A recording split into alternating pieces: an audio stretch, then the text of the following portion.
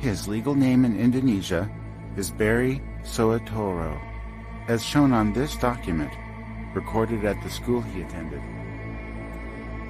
It would have been unlawful in Indonesia to record any but his full legal name on this document. So as far as we know, to this day, in Indonesia, Barry Soetoro remains his legal name. Barry, or Barack Hussein if you will, attended a Catholic school in Indonesia, which was required by law to instruct him in the religion of Islam. 4 tahun lalu, pengusaha batubara ini tak mau mengubah desain bangunan rumah tersebut.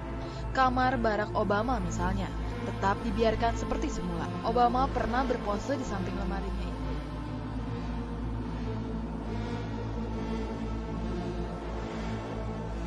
Kipas anginnya, ininya, semua masih lontengnya masih. Here's a close-up of the document we showed you earlier. From the school in which Barry, or Barack Hussein, was instructed in Islam.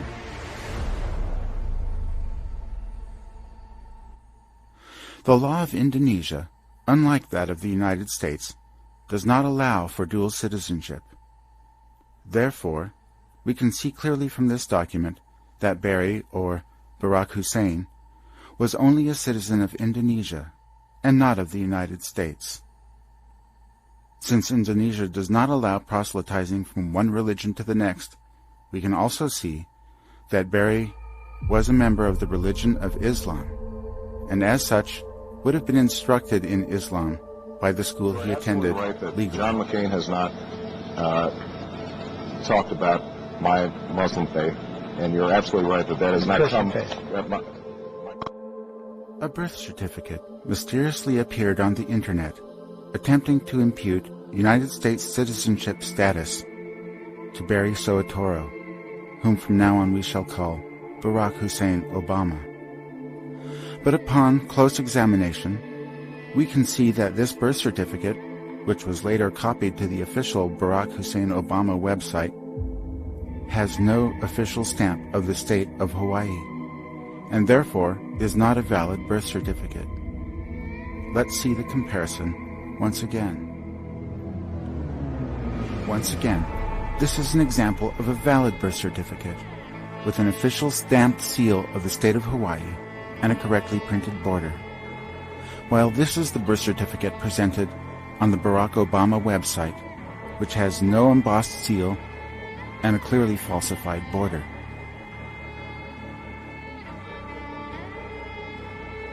In summary, the man calling himself Barack Hussein Obama has no real birth certificate issued by the United States, no evidence of a legal change of name, and no proof of legal repatriation to the United States if indeed he ever was a United States citizen.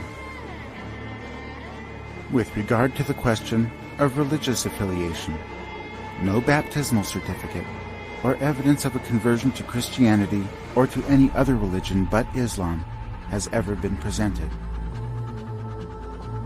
So, who is this man, who even as a boy and a citizen of the largely Muslim nation of Indonesia has always aspired to become President of the United States? His real name is Barry Soetoro. Also, according to all available religious documentation, Barry was and is a member of the religion of Islam, since Islam does not allow for conversion to any other religion. It seems fair to ask why this man, who seeks as Commander-in-Chief to control the most powerful military force in the world, the largest economy, and the largest nuclear arsenal in the world, has not been more forthcoming about his own identity. Did Jesus really reveal the name of the Antichrist? I will report the facts. You can decide. In Luke chapter 10, verse 18, Jesus said these words, "And he said unto them, I beheld Satan as lightning falling from the heavens." These words are written in Greek and translated to English. However, Jesus spoke these words originally in Aramaic, which is the most ancient form of Hebrew. As you know, the Old Testament was written in Hebrew. If a modern Jewish rabbi were to speak these words of Jesus today, he would speak them in Hebrew, much the same way that Jesus would have spoken them. So in Hebrew, Jesus said that he saw Satan falling as lightning from the heights or from the heavens. So what are the words for lightning and heights or heavens in Hebrew? From the Strong's Hebrew Dictionary, word number 1299, a primitive root word meaning to lighten or lightning or to cast forth, the word is barak. In the Strong's Hebrew Dictionary, word number 1300, lightning, or by analogy a gleam, a flashing sword, or a brightness or a glittering, the Hebrew word is barak. So lightning, or a flash of light, in Hebrew is pronounced barak or barak. Now consider this amazing fact. The book of Isaiah is the source of origin for the Christian concept and understanding of Satan, or Lucifer, as Isaiah calls him, in chapter 14, especially in verses 12 through 19. In Isaiah chapter 14, verse 14, Lucifer, or Satan, is credited with these words: I will ascend above the heights of the clouds. I will be like the Most High. In the verses of Isaiah that refer directly to Lucifer, several times it is mentioned that Satan has fallen from the heights, or from the heavens. The Hebrew word used in this text for the heights from which Satan fell is Strong's Hebrew word 1116, pronounced Bama. Bama is most commonly used to refer to a high sacred place, as well as to the heights of the heavens or the clouds. In Hebrew, the letter wa is often transliterated as a u. Some scholars use the o for this transliteration. It is primarily used as a conjunction to join concepts together. So to join in Hebrew poetry the concept of lightning, or barak, and a high place like heaven or the heights of heaven, the letter u, or sometimes o, the Hebrew letter wa, would be used. So, barak o bama, or barak u bama, in Hebrew poetry, similar to the style written in Isaiah, would translate literally as lightning and the heights or the heavens, or lightning from the heights of the skies or the heavens. The word Satan is Satan in Hebrew, a direct translation. So back to Jesus' prophecy in Luke chapter 10, verse 18. If spoken by a Jewish rabbi today, influenced by the poetry of Isaiah, he would say these words in Hebrew, the words of Jesus in Luke chapter 10, verse 18 as, and I saw Satan as Barak Ubama. Did Jesus reveal to us the name of the Antichrist? I report, you decide.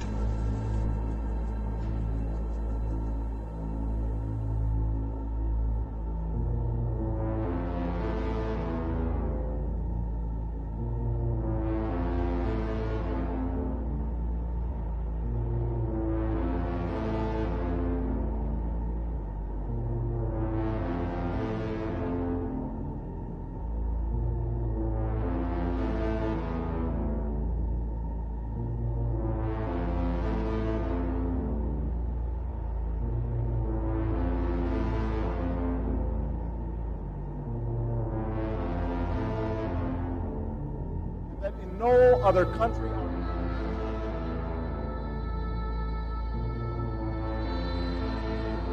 and the pursuit of happiness, that we have more work to do. If there's an Arab American family being rounded up without benefit of an attorney or due process, that threatens my civil liberties. E pluribus unum, out of many, one. The pundits like to slice and dice our country into red states and blue states. Red states for Republicans, blue states for Democrats, but I've got news for them too. We worship an awesome God in the blue states. We worship an awesome God in the blue states. We are one people, all of us pledging allegiance to the Stars and Stripes. All of us pledging allegiance to the Stars and Stripes. America, tonight, if you feel the same energy that I do, if you feel the same urgency that I do, if you feel the same passion that I do, thank you very much, everybody. God bless you. Thank you.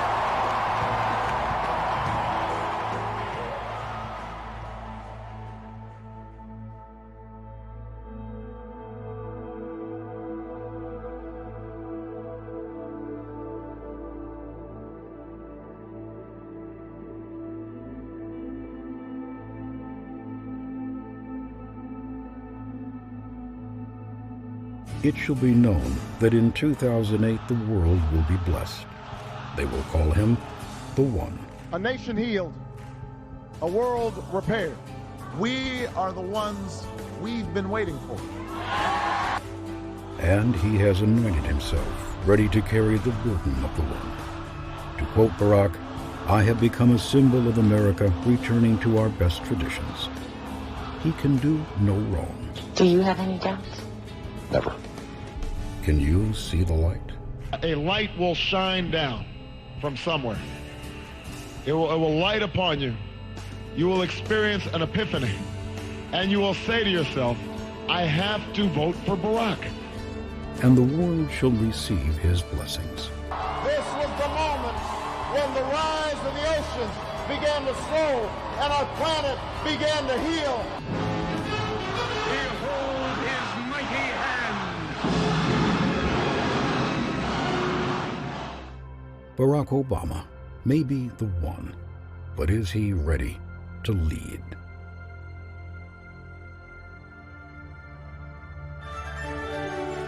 This is a CBS News special report. I'm Katie Couric at CBS News election headquarters in New York. And we have breaking news, momentous news, really. CBS now estimates because of victories in California, Washington, Oregon, and Hawaii. CBS projects that Senator Barack Obama of Illinois will be the next president of the United States.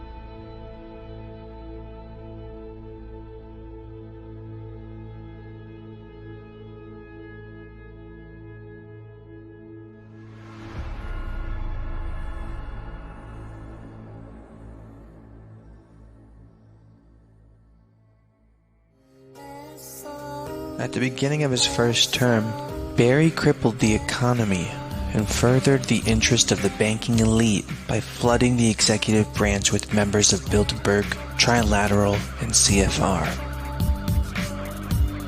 Now, since Barry has the backing of the financial district in place through his presidential authority, Now Phase 2 begins. The 16-year plan. Obama's objectives: bring the USA under control of an offshore super bank known as Bank of the World. Ordinary men and women are too small-minded to govern their own affairs. That order and progress can only come when individuals surrender their rights to an all-powerful sovereign. Develop a police state-controlled grid, building FEMA camps across the country using NEC Act or HR 645, which merges local government and police under federal control. Under direct control of POTUS, Barry, using Presidential Directive 51, signed by George Bush, would give authority to a legal privatized army. Disarming the public, Barry introduced more than 10 bills to Congress that would demolish the Second Amendment. H.R. 1022 would allow Attorney General Eric Holder, if passed, the power to ban any firearm at will. H.R. 257 would ban all youth shooting sports, including YMCA and youth shooting clubs. H.R. 45 would force all gun owners to go through federal psychological screening, registration, and testing in order to keep firearms. Massive restrictions on the First Amendment. President, Congress, and FCC developed plans to regulate speech on radio, newspaper, and internet censorship. Barry was pressing to pass draconian hate speech laws to eliminate free speech. To further federalize healthcare, to dictate who receives what treatment. Modeled after the British system, it restricts those of the weak and elderly, and to include forced vaccinations. First, we've got population. The world today has 6.8 billion people. That's headed up to about 9 billion. Now, if we do a really great job on new vaccines, healthcare, reproductive health services, we could lower that by perhaps 10 or 15%. Expand the Department of Defense budget to issue more troops overseas to encircle Russia, China, and Iran, as well as setting up in Africa to dominate under the disguise of AFRICOM. Radically expand federal control over family farming and ranches through the Animal ID system to further tax and regulate the farmlands. 8. Accelerate the merger between USA, Canada, and Mexico. Under the Security and Prosperity Partnership, accelerating the transfer of remaining federal authority to unelected to the quasi-government body like the World Trade Organization. Barry must convince that the buck stops with him, being to blame for the economic ruin so that the next deep state candidate will be embraced with open arms as a savior. POTUS, Barry, must sell the public on globalist policies that aren't in the people's best interest. Barry's main priority is to protect the criminal oligarchs from prosecution, while they loot the world's economy and start new wars to further their agenda.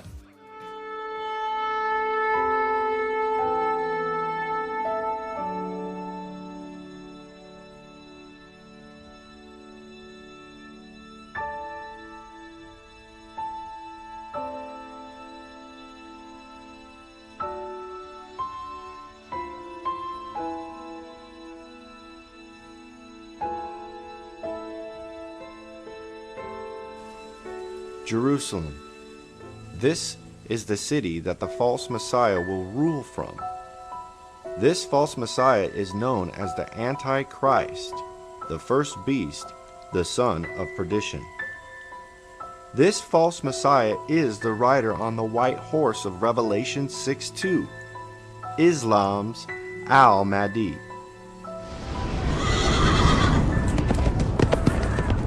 And I looked, and behold, a white horse. He who sat on it had a bow, and a crown was given to him, and he went out conquering and to conquer. Many Muslim scholars, such as Muhammad ibn Izzat, and Muhammad Arif, to name a few, say that Islam's al-mahdi is the rider on the white horse from the book of Revelation chapter 6 verse 2.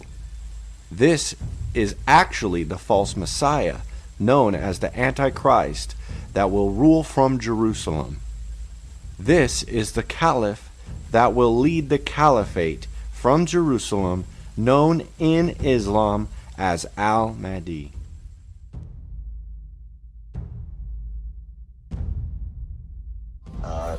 Talked about my Muslim faith, and you're absolutely right that has not Christian come. faith.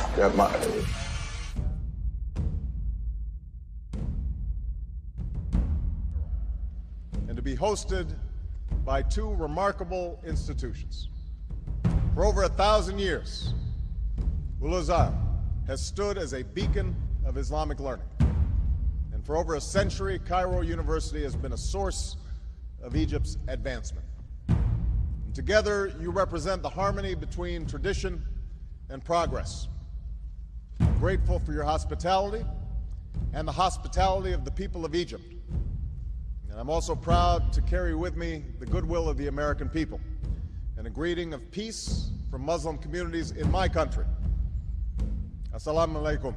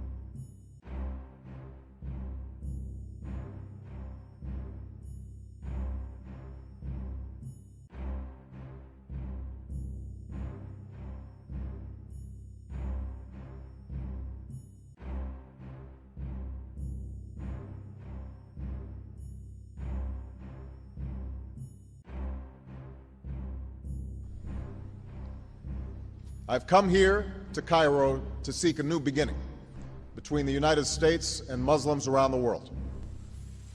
The Antichrist, which is the Muslims' al-mahdi, is known as the awaited one.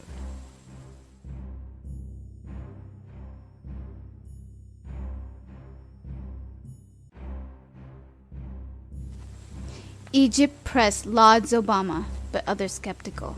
June 4th, 2009.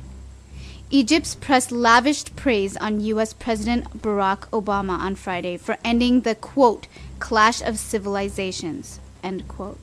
But other Arab newspapers cautioned that he may have won their hearts, but not their minds. Quote, Obama the awaited, end quote, trumpeted a giant front-page headline in Egypt's independent al-Masri al-Yom, drawing parallels to the Mahdi, who in Muslim culture is believed will appear before the end of time as savior, like the second coming of Christ. There must be a sustained effort to listen to each other, to learn from each other, to respect one another, and to seek common ground. As the Holy Quran tells us, be conscious of God and speak always the truth.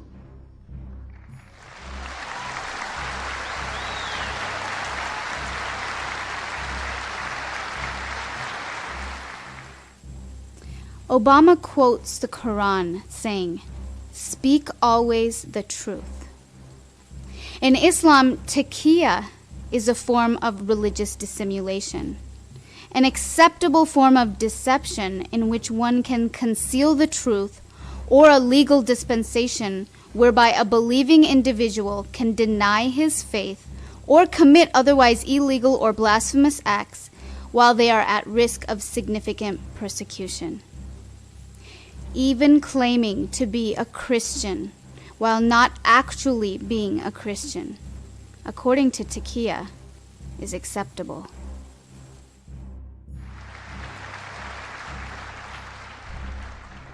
That is what I will try to do today, to speak the truth as best I can. Now, part of this conviction is rooted in my own experience. I'm a Christian, but my father came from a Kenyan family that includes generations of Muslims. As a boy, I spent several years in Indonesia and heard the call of the azan at the break of dawn and at the fall of dusk.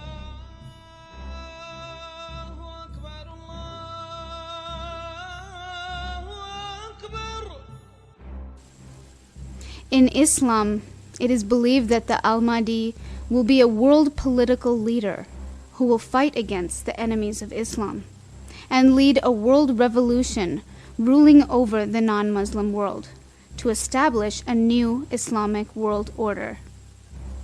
Muslim author Sadiq M.A. Villiencourt, in his book Doomsday Portents and Prophecies, says, quote, "The Mahdi will establish right and justice in the world and eliminate evil and corruption. He will fight against the enemies of Muslims who would be victorious." So I have known Islam on 3 continents before coming to the region where it was first revealed. That experience guides my conviction that partnership between America and Islam must be based on what Islam is, not what it isn't. And I consider it part of my responsibility as President of the United States to fight against negative stereotypes of Islam wherever they appear.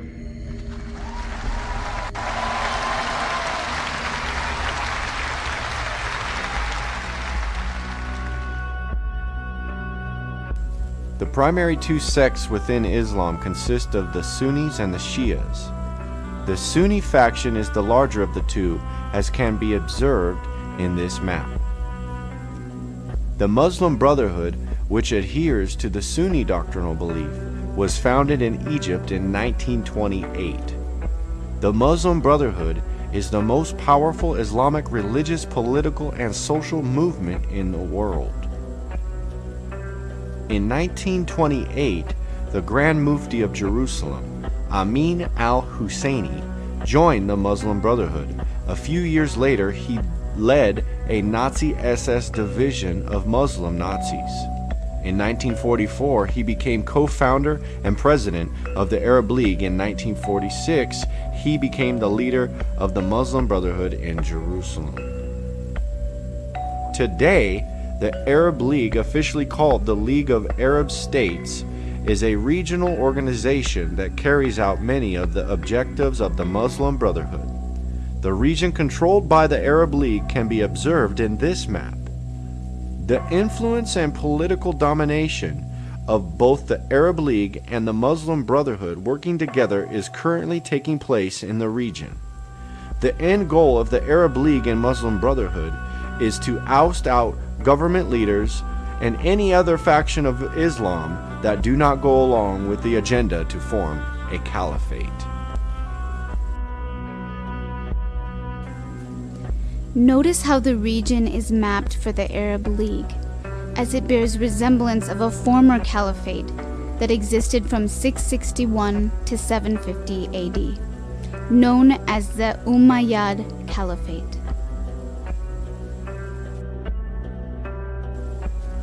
Now let us take a look at how Barack Hussein Obama has been helping the Muslim Brotherhood gain power and is currently helping form a new caliphate. I've come here to Cairo to seek a new beginning between the United States and Muslims around the world. Those are mutual interests. That is the world we seek. But we can only achieve it together.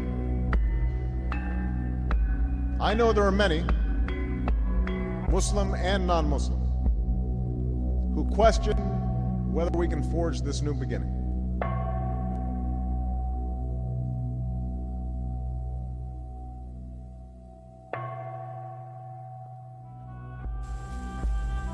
Ikhwan Web, the Muslim Brotherhood's official English website, reported on March 7, 2011, that the Muslim Brotherhood calls on the Arab League to intervene in Libya. Quote, a prominent member of the Egypt-based Muslim Brotherhood's Executive Bureau has called on the Arab League and Arab countries to intervene in Libya to end the crisis. End of quote. The article further goes on to say, quote, El-Arian said the Muslim Brotherhood backs the anti-government protesters in their struggle to force Gaddafi to step down. End of quote. March 30th, 2011. Reuters reports, exclusive, Obama authorizes secret help for Libya rebels. Quote, President Barack Obama has signed a secret order authorizing covert U.S. government support for rebel forces seeking to oust Libyan leader Muammar Gaddafi. Government officials told Reuters on Wednesday. Obama signed the order known as a presidential, quote, finding, end quote, within the last 2 or 3 weeks, according to government sources familiar with the matter. Such findings are a principal form of presidential directive used to authorize secret operations by the Central Intelligence Agency. End quote. This is just one of many facts that show President Barack Hussein Obama is using CIA operatives and jackals to help the uprising in the Middle East, to help the Muslim Brotherhood form their caliphate, and to seat their people in positions of power.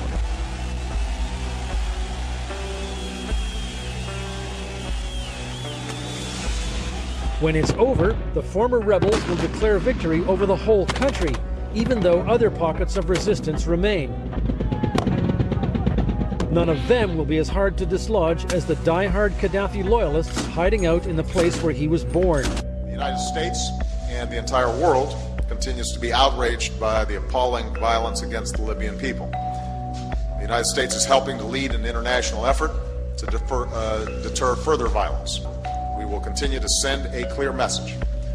Muammar Gaddafi has lost legitimacy to lead, and he must leave.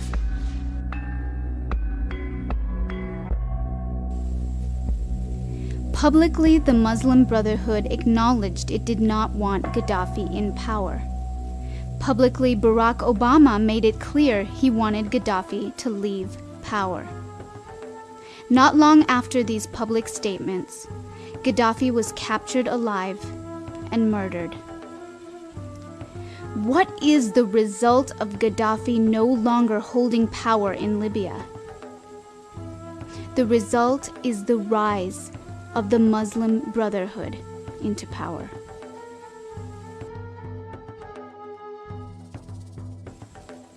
July 5th, 2012.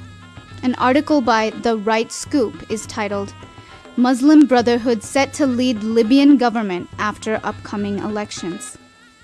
Quote, it's like pieces of the Islamic Caliphate puzzle, one by one, are coming together. Libya's top politicians have hatched a deal that would see the Muslim Brotherhood lead the government after the country's first free elections in almost 5 decades takes place on Sunday. While the elections for a 200-member National Congress is unlikely to grant a majority to any one faction, the Muslim Brotherhood and its Islamist allies are confident they can join their counterparts in Tunisia and Egypt at the helm of leadership. Negotiations between the Muslim Brotherhood and a secular-based political movement led by former interim Prime Minister Mohamed Jibril have focused on forming a post-election government as soon as the result is known. An advisor to Mr. Jibril said the former PM was likely to take the post of figurehead president with Mustafa Abu Shagur, currently interim deputy prime minister of the Muslim Brotherhood, taking the prime minister's slot as head of government. The Muslim Brotherhood would dominate the ministries. End of quote.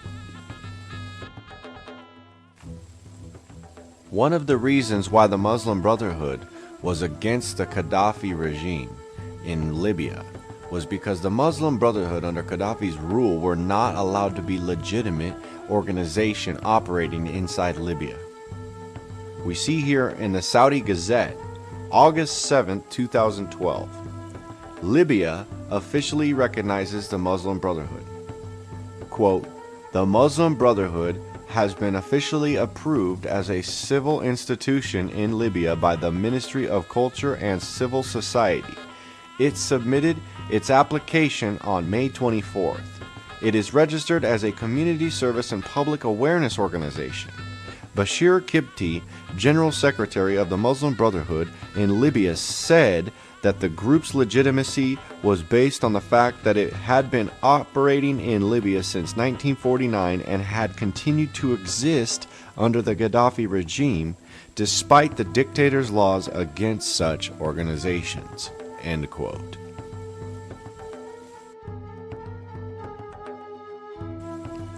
Islam teaches that before the final forming of the Caliphate, when the Mahdi is revealed, takes over Jerusalem and becomes the caliph of it, there will first be armies from the east carrying black flags or banners of war.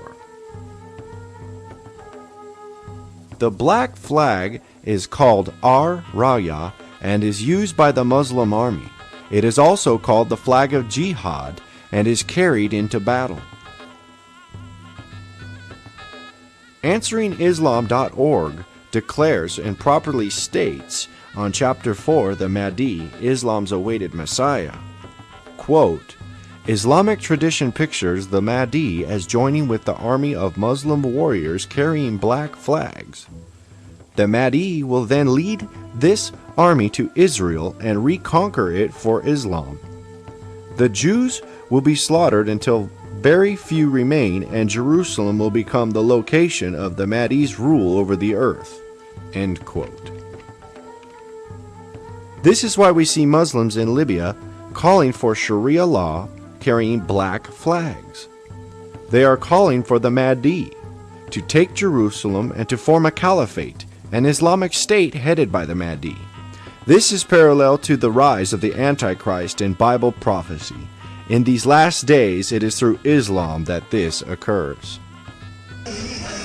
Chanting the people want an Islamic state, the people want Sharia, and staging a military parade, the protesters confirmed that they would protect the sanctity of Sharia with their lives, believing that all atrocities and misfortunes the country has been plagued with are due to the Muslim desertion of Islamic traditions. The protesters, who are described by some secular activists as radical Islamic groups, argued that the one and only path for salvation is by clinging on the Islamic values. We have become a weak nation. That is exactly what the Prophet Muhammad, peace be upon him, said. All nations are about to come against you Muslims, as you have become as trivial as foam. This is just because you have deserted the God's law. Waving flags and banners, preachers have demanded imposing Islamic values that have been denied in practice rather than in theory for 4 decades, arguing that it is now time for cleansing the homelands of Islam from filth and positivist laws that have been inherited from the West and ruined the Islamic nation for ages. Waving black flags imposed with "I bear witness there is no God but Allah and Muhammad is the Prophet of Allah." Sharia guardians are determined to retain the Islamic law and also adopt the Palestinian case. We are the nation of Islam. We have to cling on to Sharia law, especially to liberate Palestine. I'm sure that once we come back to the law of Allah, we will regain Palestine. In Libya, one of the most conservative Islamic countries, there are absolutely no non-Muslim communities, with the possible exception of individual expatriates. Secular dictatorship that ruled the country for 42 years of repression came to an end by what is so-called the Arab Spring upheaval. After the removal of Gaddafi, we see the Transitional National Council get access to $30 billion by the United States. This regime change is all happening in the name of democracy, a total smokescreen. July 15th, 2011, New York Times. Libya rebels get formal backing and $30 billion. Istanbul. The United States formally recognized the rebel leadership in Libya as the country's legitimate government on Friday, allowing the rebel government access to $30 billion in Libyan assets held in the United States. It is not yet clear how and when the money would be released. Secretary of State Hillary Rodham Clinton said at an international gathering held to discuss the Libyan conflict that Colonel Muammar al-Gaddafi's government no longer had any legitimacy, and that the United States would join more than 30 countries in extending diplomatic recognition to the main opposition group known as the Transitional National Council. Quote, "We will help the Transitional National Council sustain its commitment to the sovereignty, independence, territorial integrity, and national unity of Libya," end quote, Mrs. Clinton said.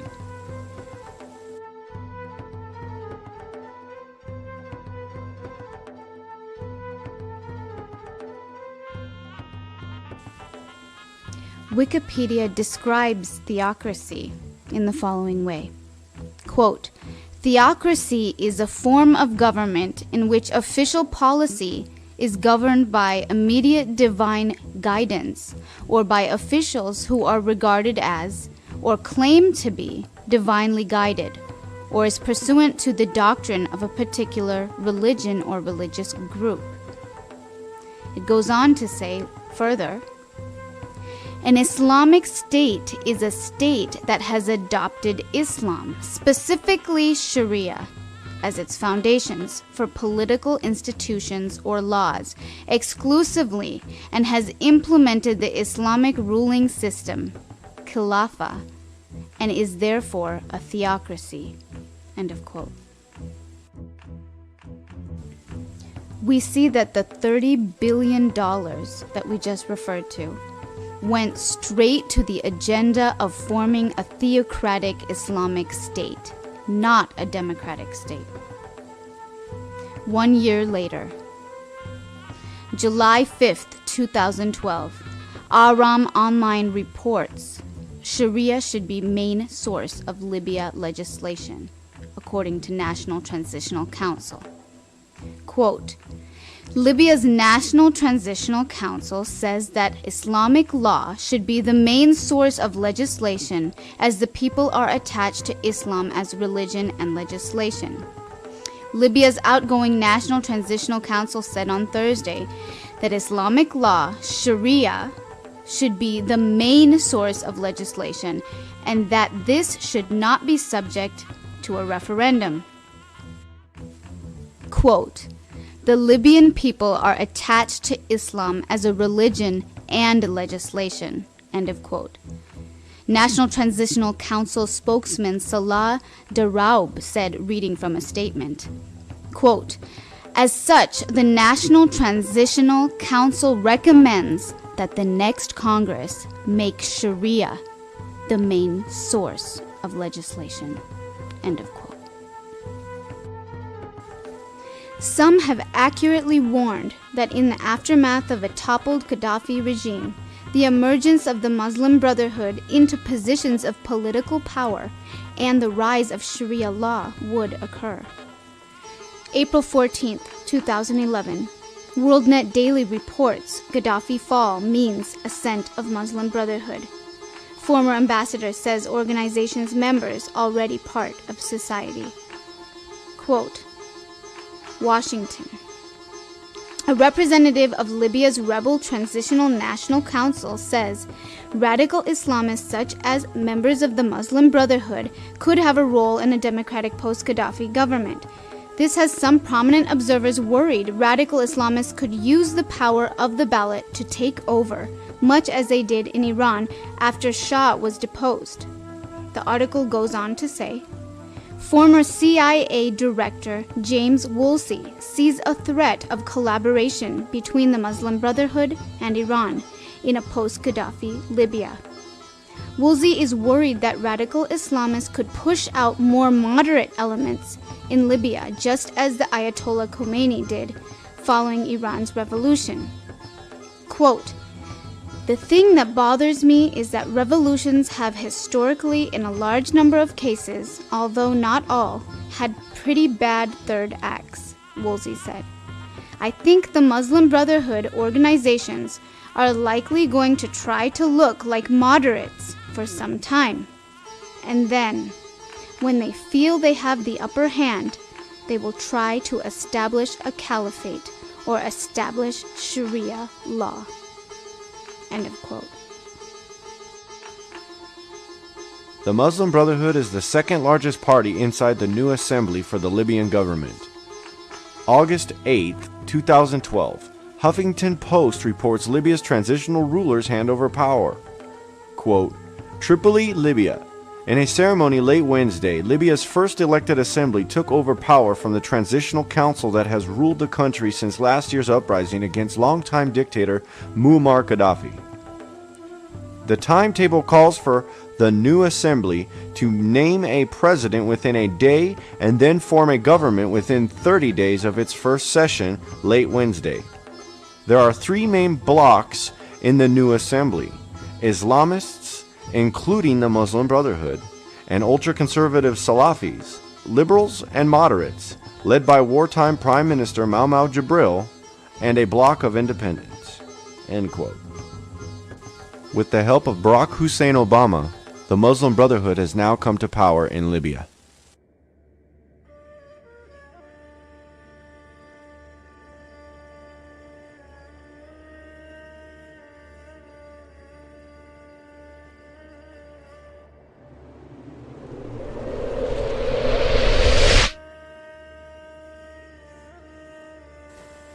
Both the Muslim Brotherhood and Arab League headquarters are stationed in Cairo, Egypt. This makes Egypt a hub for the agenda of forming a caliphate in the Middle East. Al-Azhar University in Cairo is the chief Islamic learning center in the world. Al-Azhar has several connections with the Muslim Brotherhood. For example, Hassan al-Banna, founder of the Muslim Brotherhood, graduated from an affiliate of Al-Azhar University. Also, Amin al-Husseini, former leader of the Muslim Brotherhood in Jerusalem, studied Islamic law at Al-Azhar before he went on to lead recruiting of the Nazi SS Muslim division.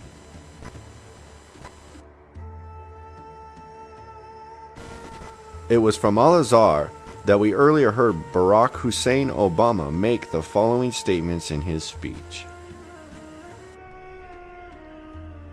I've come here to Cairo to seek a new beginning between the United States and Muslims around the world.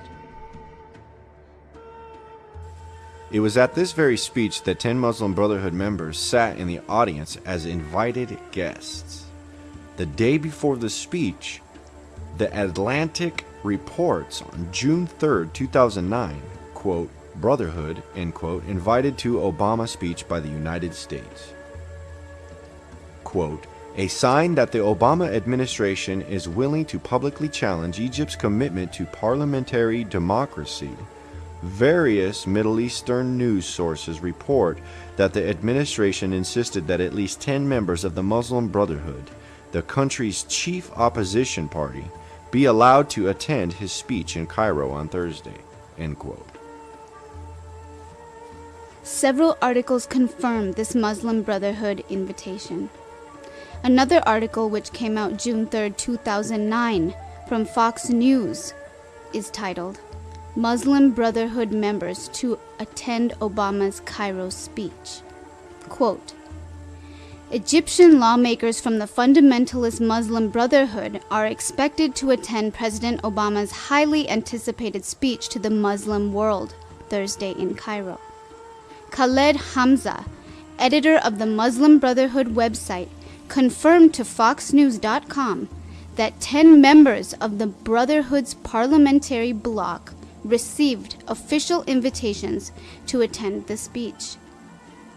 It goes on to say, the expected attendance of the Brotherhood members already is stirring some criticism from conservatives in the U.S., who say they do not represent the kind of moderate Muslims Obama should be appealing to.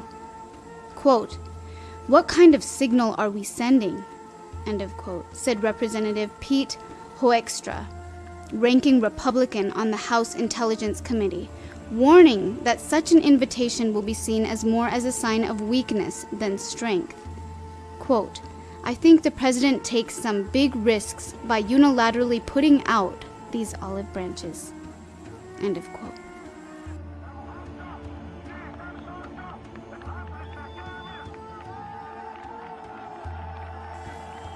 The uprisings in the Middle East, known as the Arab Spring, have been engineered to bring about a caliphate. The Muslim Brotherhood, being a key player in this regime change in the Middle East, are politically backing the protests. We saw this in Libya, and the same is true for Egypt as well. For this reason, former Egyptian President Mubarak was rounding up Muslim Brotherhood leaders during protests in an effort to stop the regime change and Muslim Brotherhood takeover. January 28, 2011, Huffington Post reports using Reuters as a source. Muslim Brotherhood arrests reported as Egypt protests continue. Quote, Cairo, January 28th, Reuters. Egypt rounded up members of the Muslim Brotherhood, including at least 8 senior leaders of the group, ahead of planned countrywide protests on Friday, a lawyer representing the detained men said. A security source confirmed that authorities had ordered a crackdown on the group overnight. Quote, "We have orders for security sweeps of the Brotherhood," end of quote, the source told Reuters. The Muslim Brotherhood has not been behind 3 days of protests by youth angry at poor living standards and authoritarian rule, but many followers of the group are expected to join demonstrations on Friday after weekly prayers.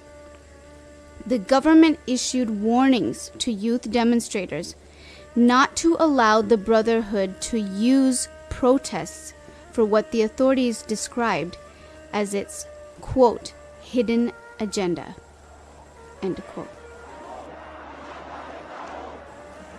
Although Mubarak was indeed a corrupt leader along with the authorities under his rule, they were correct in identifying the Muslim Brotherhood as having a hidden agenda. This hidden agenda of the Muslim Brotherhood is that of taking positions of political power in the Middle East to form an Islamic Caliphate with Jerusalem as its capital. Their goal is to remove any leader in power that opposes this plan. Barack Hussein Obama is siding with the opposition party of the Muslim Brotherhood in several ways, including aiding their move to positions of power by supporting the ousting of any leaders in the way of the Caliphate agenda.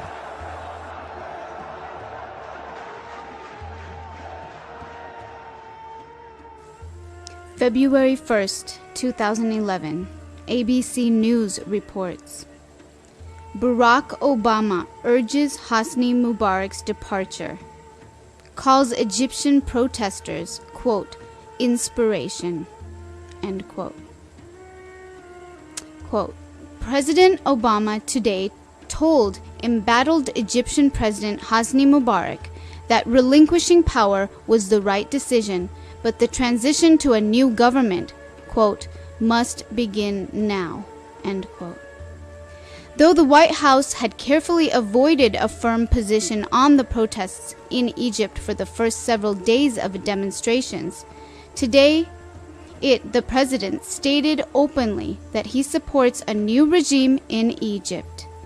Quote, an orderly transition must be meaningful, end quote, he said.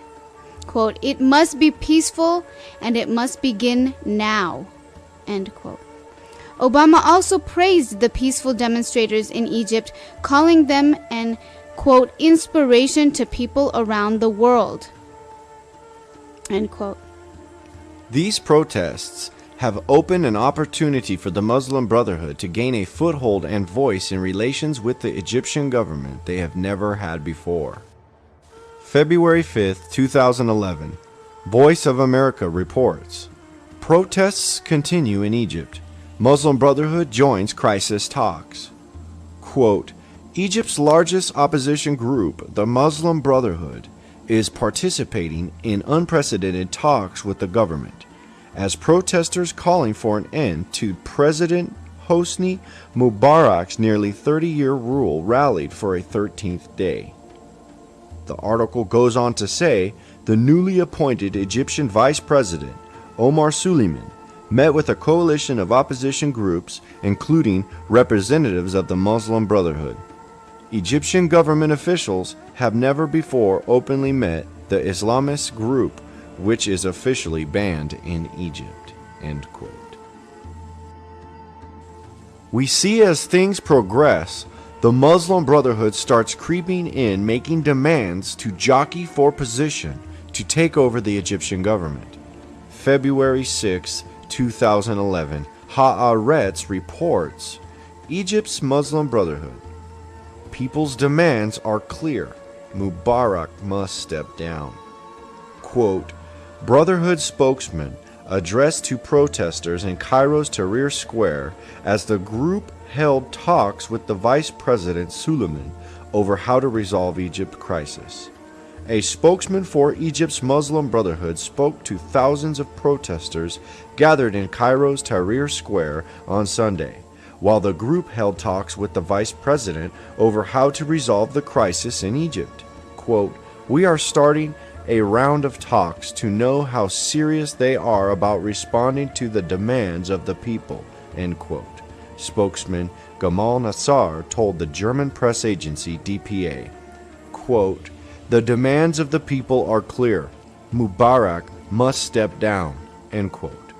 The statement indicated that the group would not be willing to move forward in negotiations with the government without this demand being met, end quote. Let me close by saying a few words about the situation in Egypt. It's also clear that there needs to be a transition process that begins now. The Muslim Brotherhood makes their demands clear. The President of Egypt, Mubarak, must step down. This sentiment is echoed through Barack Obama as he emphasizes a, quote, transition now, end quote. The outcome that has been planned from the beginning is a transition into a Muslim Brotherhood-dominated Egypt. In the name of democracy, once again, it is actually a theocracy at play.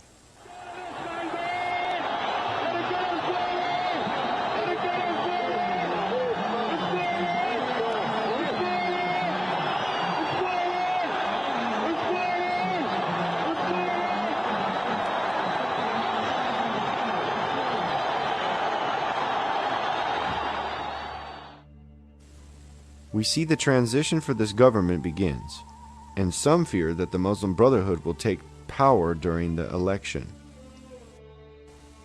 New York Times reports, March 30th, 2011. Elections in Egypt by the fall, leaders say. Cairo. Egypt's military rulers announced an interim constitution Wednesday and said presidential elections would be held by November. Both important steps in their plan for getting out of the daily business of governing the country. The article goes on to say, many of the young liberals who helped bring about Mr. Mubarak's overthrow wanted more time for the election, fearing that an early vote would give an overwhelming advantage to well-organized groups like the Muslim Brotherhood and the now deposed National Democratic Party, which once ruled virtually unopposed. The result of Mubarak stepping down provided a perfect opportunity of a Muslim Brotherhood rise to power. That is exactly what happens as no coincidence. Elections come and the Muslim Brotherhood-backed candidate wins, all according to the plan. Huffington Post, June 17, 2012. Egypt election results. Muslim Brotherhood declares Mohammed Morsi victory. Quote, Cairo.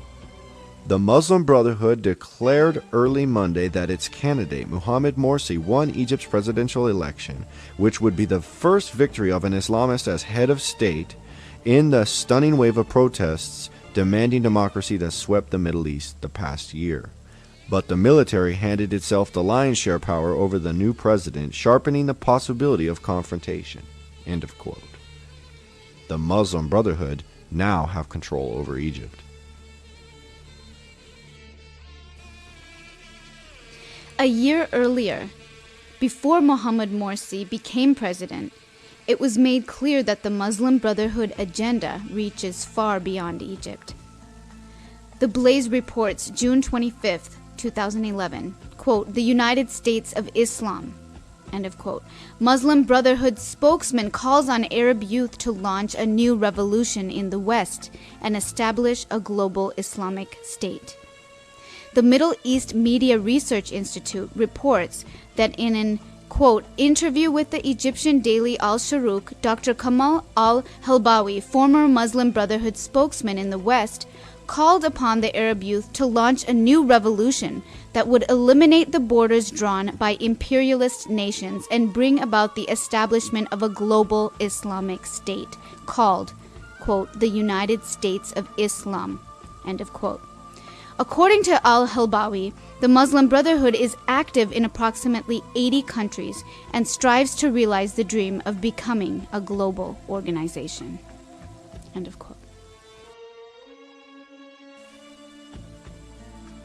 The common ideological fuel, that is the support of an Islamic Caliphate with Jerusalem as its capital, is seen here by the prominent Egyptian cleric Safwat Higazi at the Muslim Brotherhood-backed Mohammed Morsi presidential campaign rally before his win.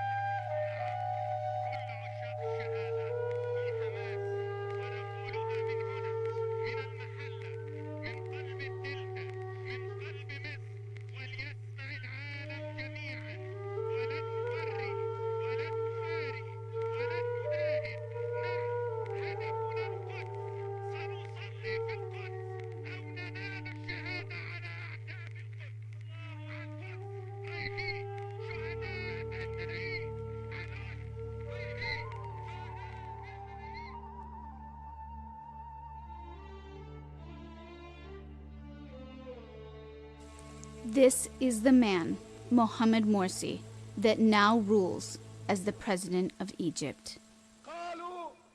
الدستور قرآننا كأن الدستور حاجة عظيمة جدا يعني لكن الإمام البنا رحمة الله عليه قال لهم لا بل القرآن دستورنا بل القرآن دستورنا كان وسيبقى سيظل القرآن دستورنا القرآن دستورنا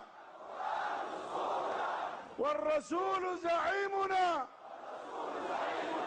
والجهاد سبيلنا والموت في سبيل الله أسمى أمانينا وفوق كل ذلك الله غايتنا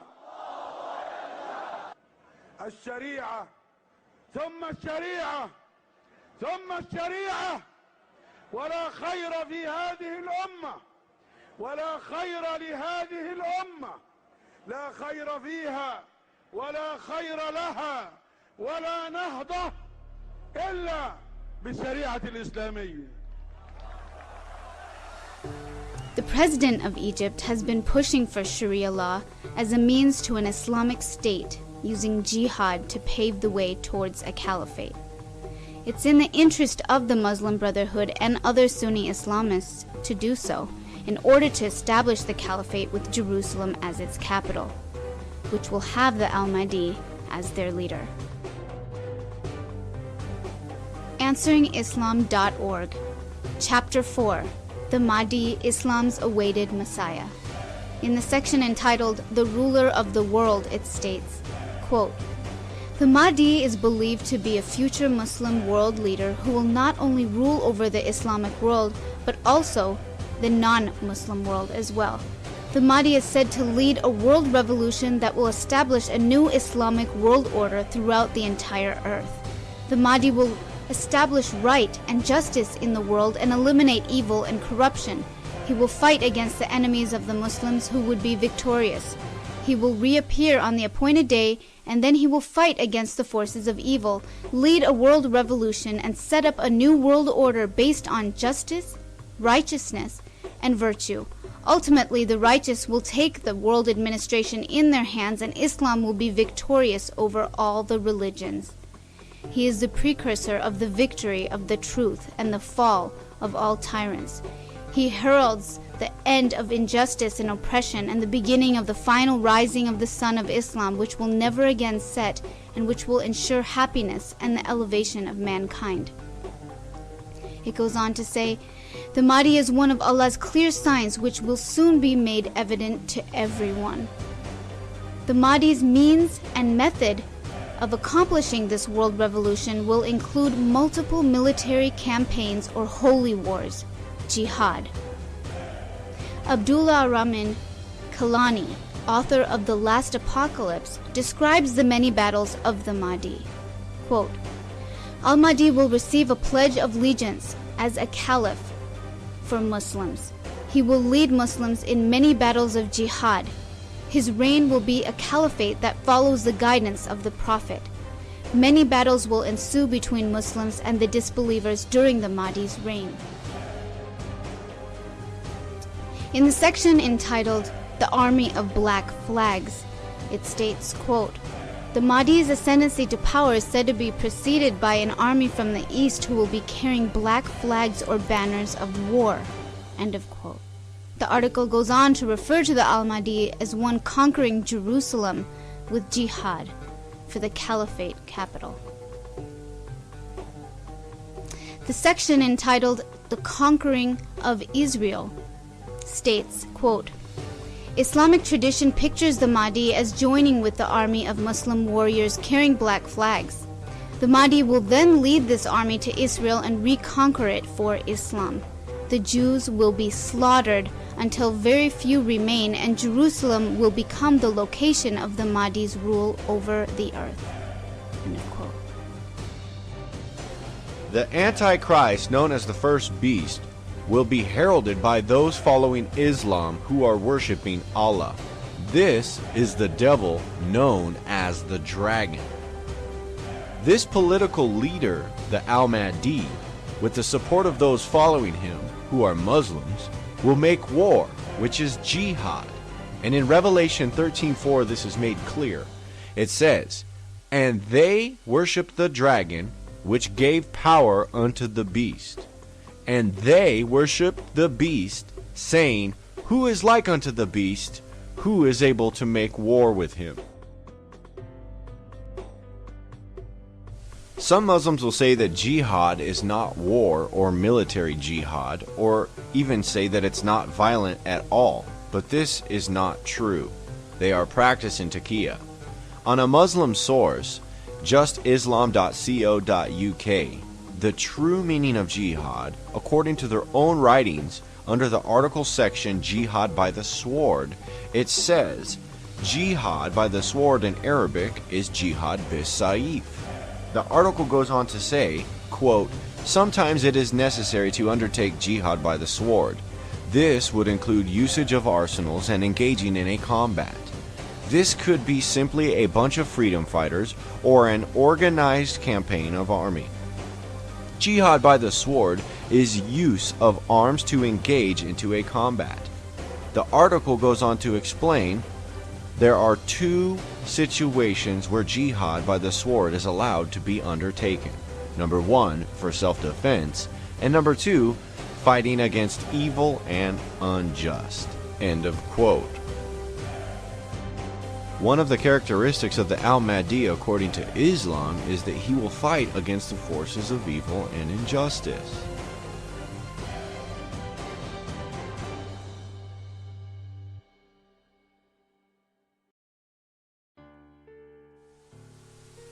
In a quest to form an Islamic caliphate using jihad, the Muslims plan to impose jizya tax on any non-Muslim.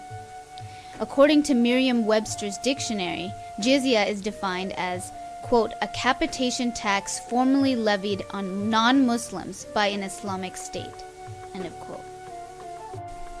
In the following article, we see the president of Egypt, Mohamed Morsi, calling for this very jizya tax during his campaign. In an article out of gatestoneinstitute.org titled, "Christians Should Convert, Pay Tribute, or Leave," says Egypt's Muslim Brotherhood candidate, dated May 30th, 2012, it reads, quote, "They need to know that conquest is coming, that Egypt will be Islamic, and that they must pay jizya or immigrate," end of quote, Morsi reportedly said. According to the popular Egyptian website Al-Bashir, Mohamed Morsi, the Muslim Brotherhood presidential candidate, just declared that he will, quote, "achieve the Islamic conquest, fath, of Egypt for the second time and make all Christians convert to Islam or else pay the jizya," end of quote. The additional Islamic tax or financial tribute required of non-Muslims, or financial tribute. In a brief report written by Samuel al-Ashay and published by al-Bashir on May 27th, Morsi allegedly made these comments while speaking with a journalist at the headquarters of the Muslim Brotherhood's Freedom and Justice Party, adding, quote, "We will not allow Ahmed Shafiq, his contending presidential candidate, or anyone else to impede our second Islamic conquest of Egypt," end of quote. There is clearly a loud call for an Islamic state in Egypt. This is part of a larger agenda to have a full Islamic caliphate throughout the region, with Jerusalem as its capital. An article out of the JerusalemPost.com dated October 13th, 2012 reads, "Brotherhood head calls for, quote, jihad, end of quote, to liberate Jerusalem."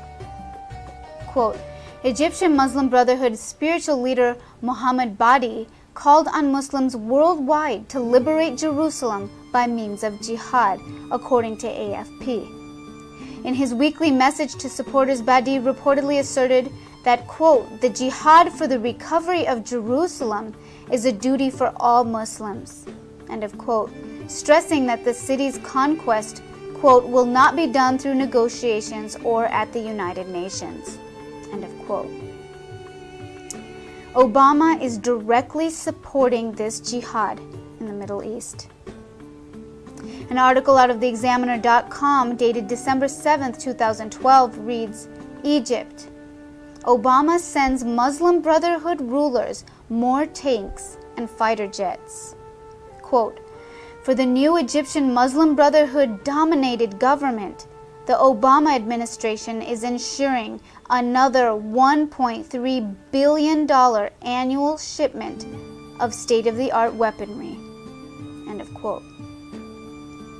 The following month, after Obama is ensuring another $1.3 billion for weapons to Egypt, the Muslim Brotherhood comes out with a statement regarding the government of Israel. An article out of the English.alarabia.net dated January 2, 2013 reads, Israel will not exist within a decade, says Muslim Brotherhood official. Quote, a senior Egyptian official who also serves as an advisor to President Mohamed Morsi said on Tuesday that Israel will cease to exist within a decade. End of quote. 2 months later, Obama not only fails to condemn these statements, but in fact continues in favor of Egypt and further gives financial support. An article out of the Examiner.com dated March 3, 2013 reads, despite sequestration, Obama gives Egypt $450 million. Quote, on Sunday, U.S. Secretary of State John Kerry announced that the Obama administration will immediately hand over $250 million to the government of Egypt, based on President Mohamed Morsi's promises of political reform. Quote, the United States can and wants to do more, end of quote, Kerry said in a statement. In fact, the Obama administration plans to, quote, do more, end of quote, as the $250 million is part of a larger package of financial aid pledged to the Egyptian government, currently led by the Muslim Brotherhood organization, end of quote. It becomes evident that the actions of Barack Hussein Obama are helping the Islamic agenda using his unique political position of power. As the Antichrist and al-mahdi, Obama is using and will continue to use Islam as a platform to persecute Christians. This will fully manifest later after the Caliphate is formed and Obama is heralded as the awaited one in the middle of the 7-year tribulation. Speaking about the Antichrist, Revelation 13:7 states, and it was given unto him to make war with the saints, and to overcome them. And power was given him over all kindreds and tongues and nations.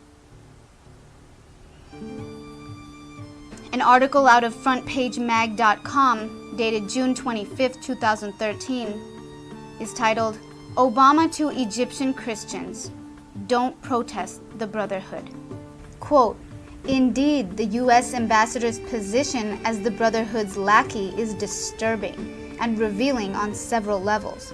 First, all throughout the Middle East, the U.S. has been supporting anyone and everyone opposing their leaders. In Libya against Gaddafi, in Egypt itself against 30-year U.S. ally Mubarak, and now in Syria against Assad. In all these cases, the U.S. has presented its support in the name of the human rights and freedoms of the people against dictatorial leaders. So why is the Obama administration now asking Christians not to oppose their rulers? In this case, Islamists.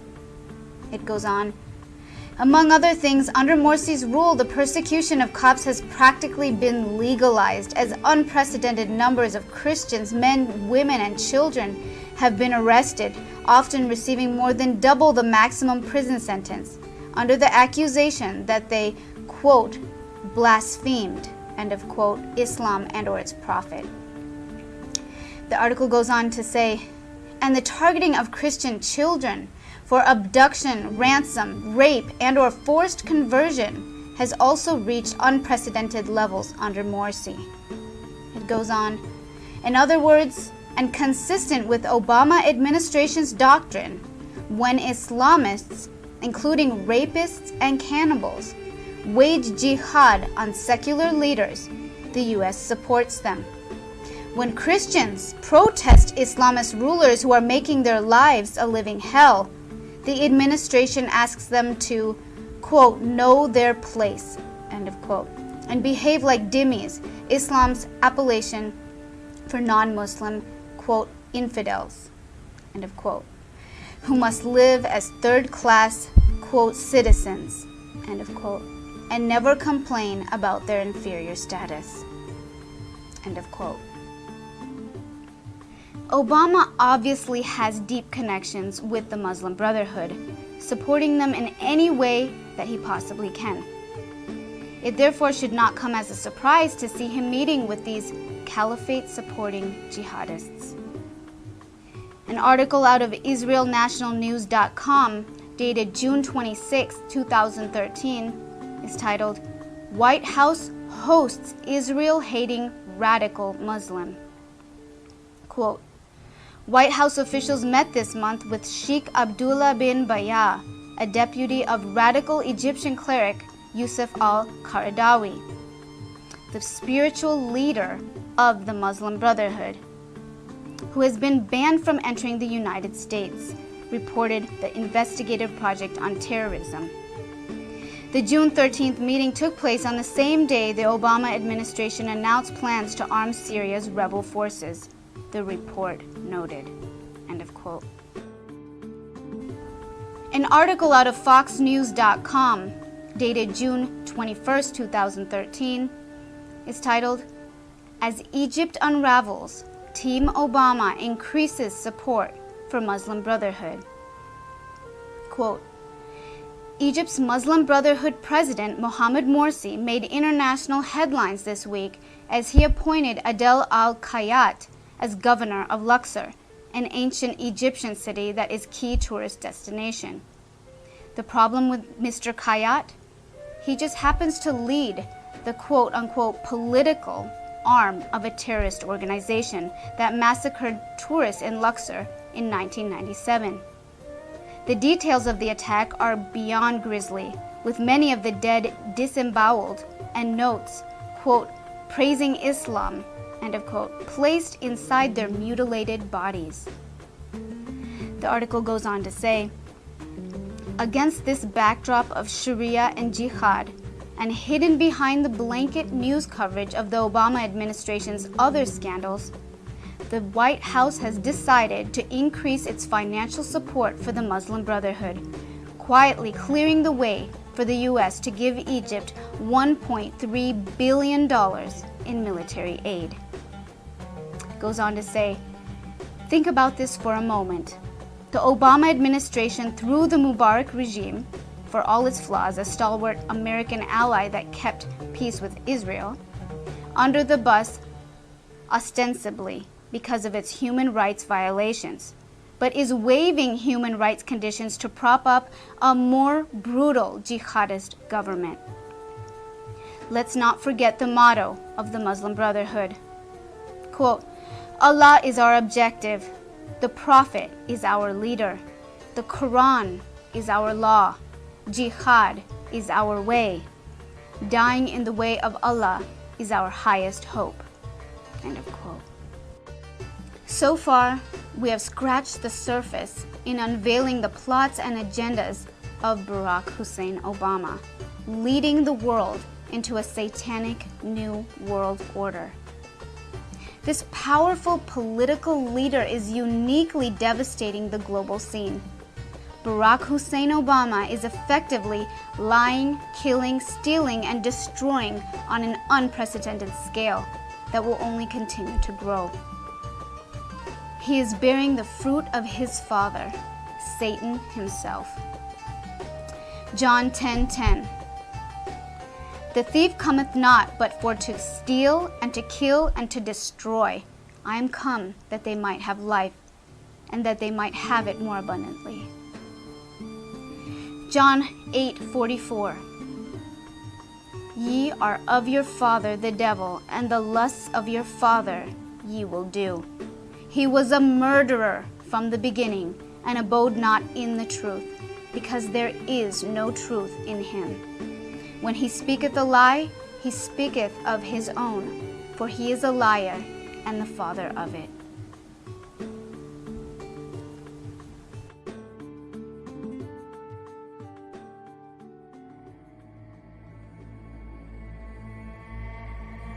I had planned another closing message, but I feel compelled to say what I'm about to say. Now, I risk sounding like a conspiracy theorist, but it's no longer a theory. What I'm about to say is fact. The secret organizations of the world power elite are no longer secret. They have planned and are now leading us into a one-world communist government.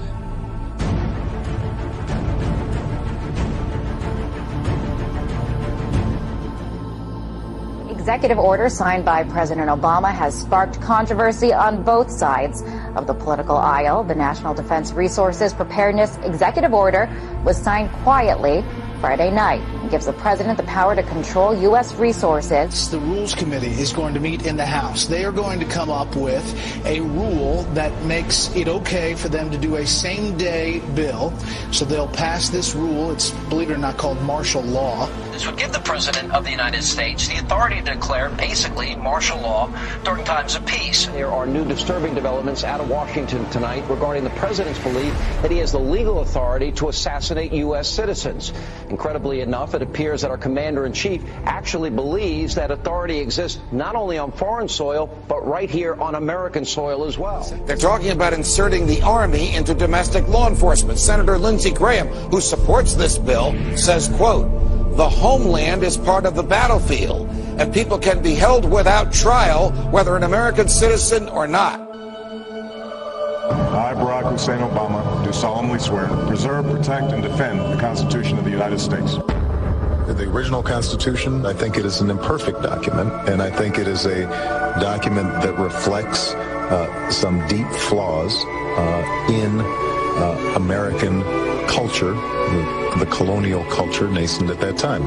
I think we can say that the Constitution reflected an enormous blind spot in this culture, and that the framers had that same blind spot. It also reflected the fundamental flaw of this country that continues to this.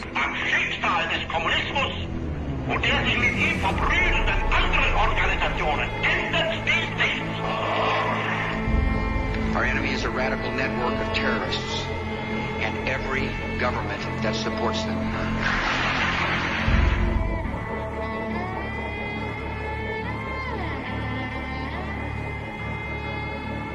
Now let's see how Obama is connected to the rider of the white horse. This year I've promised to use more executive actions to get things done without Congress. My critics call this the imperial presidency. Truth is, I just show up every day in my office and do my job. You got a picture of this, I think.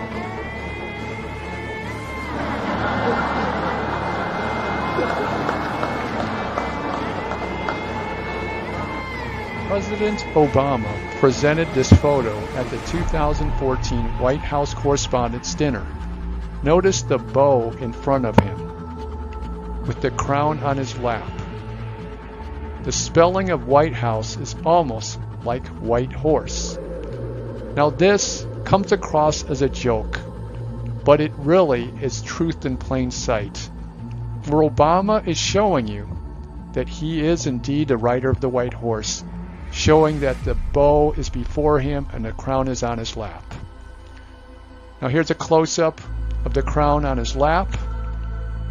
Interestingly, scientists honored Obama by naming an ancient sea creature after him. The name Obamus coronatus was given to the sea creature, which means Obama crowned. Note the word corona from coronavirus in coronatus. Now here is more truth in plain sight about Obama being the rider of the white horse. In 2008, Obama accepted the Democratic nomination for presidency in front of the white horse in Denver. Just so happens that Revelation chapter 6 verse 2 is the 6th chapter of the 66th book in the Bible, which gives you 3 6s. Obama designed his stage at the 2008 Democratic Convention after the Pergamon altar mentioned in Revelation chapter 2 verses 12 through 13 as the seat of Satan. Now let's look at how Obama starts and ends his presidency with a white horse. Obama starts out his presidential run in 2008 with a white horse over his stage at the Democratic nomination for presidency. Obama ends his last full year as president in 2016 with a white horse as the White House welcomes the Super Bowl champ Broncos on 6/6/16. As you can see, there's 3 6s in that date.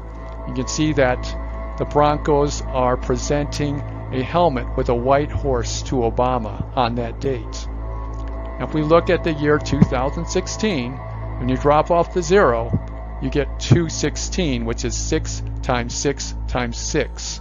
So based on all these examples, you can see that Obama is the rider of the white horse who has been given a bow and a crown. The next topic that we will discuss is the al-mahdi of Islam. Barack Obama's logo is the sun rising over the west. In Islamic eschatology, the al-mahdi is the prophesied redeemer of Islam. The end-time sign of his coming is the sun rising over the west, as shown in Obama's logo. The al-mahdi comes riding on a white horse, just as the biblical Antichrist does in Revelation chapter 6 verse 2, as we just discussed earlier. In order for Obama to be the al-mahdi of Islam, he would need to be a Muslim. The following clips point to Obama being.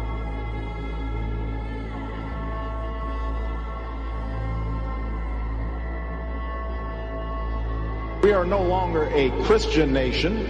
We do not consider ourselves a Christian nation. The United States has been enriched by Muslim Americans. Since our founding, American Muslims have enriched the United States. Islam has always been a part of America's story. There is a mosque in every state in our union and over 1,200 mosques within our borders.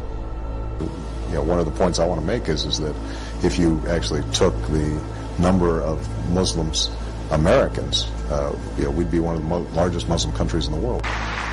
Let there be no doubt, Islam is a part of America.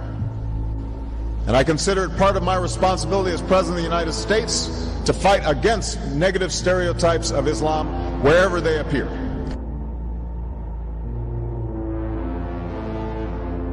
Many other Americans have Muslims in their families or have lived in a Muslim majority country. I know because I am one of them.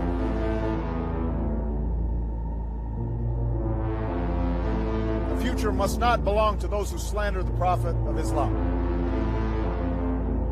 The future must not belong to those who slander the Prophet of Islam.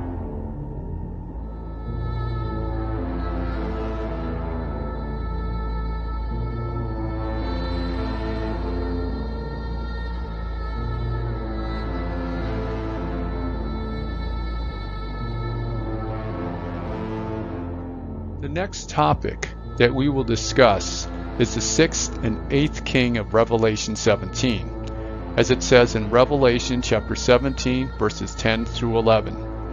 And there are 7 kings, 5 are fallen, and 1 is, and the other is not yet come. And when he cometh, he must continue a short space. And the beast that was, and is not, even he is the 8th, and is of the 7, and goeth into perdition. What we know is that these 8 kings are part of the mystery Babylon, as said in Revelation chapter 17, verse 1 and 5, where it says, I will show unto thee the judgment of the great whore that sitteth upon many waters, and upon her forehead was a name written, Mystery Babylon the Great, the mother of harlots and abominations of the earth. So the first thing that we're going to do is determine where this mystery Babylon is. And once we have done that, we can determine who are the 8 kings. So the first characteristic of the Mystery Babylon is that it is the mother of harlots, as spoken about in Revelation chapter 17, verse 1 and 5. The Statue of Liberty was built after the Roman god Libertas, who was originally known as Ishtar by the Babylonians. Ishtar was the goddess of sex and war, known as the mother of harlots. So the Statue of Liberty is symbolic of the mother of harlots described in Revelation chapter 17, verse 5.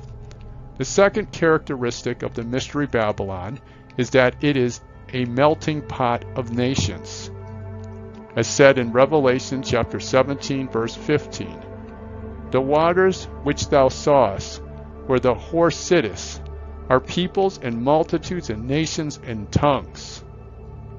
The USA is a melting pot of many nationalities, languages, and religions. The USA is home of the United Nations, which represents every nation on earth. So the USA fits the description of the melting pot of nations. The third characteristic of the Mystery Babylon is that it is the top exporter of sexual sin. It's said in Revelation chapter 17, verse 2, the inhabitants of the earth have been made drunk with the wine of her fornication. And in Revelation chapter 19, verse 2, it says, he has judged the great whore, which did corrupt the earth with her fornication. The USA is the leading exporter of sexual immorality to the world through Hollywood, pornography, and adult entertainment. So it fits the description of being the top exporter of sexual sin. The fourth characteristic of the Mystery Babylon is that it is an economic power of the world. As it says in Revelation chapter 18, verse 3, the merchants of the earth are waxed rich through the abundance of her delicacies. In Revelation chapter 18, verse 11, and the merchants of the earth shall weep and mourn over her, for no man buyeth their merchandise any more. So the USA is the chief economic power of the world. The US dollar is the world reserve currency. The USA is the greatest importer and consumer of goods in the world per capita. So the USA fits the description of being the economic power of the world. The fifth characteristic of the Mystery Babylon is that it is the leading producer of drugs, as said in Revelation chapter 18, verse 23. For by thy sorceries were all nations deceived. The USA is the largest pharmaceutical market in the world. The original Greek word for sorceries is pharmakia, which means use or administering of drugs. The U.S. companies Moderna and Pfizer are the leading producers of the COVID vaccine in the world. So again, the USA matches up with the description of being the leading producer of drugs. And the final characteristic of the Mystery Babylon is that it has the city on 7 hills, as described in Revelation chapter 17, verse 9. This calls for a mind with wisdom.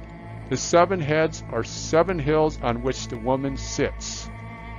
Washington, D.C., capital of the USA, is built on 7 hills: Capitol Hill, Meridian Hill, Floral Hills, Forest Hills, Hillbrook, Hillcrest, and Knox Hill.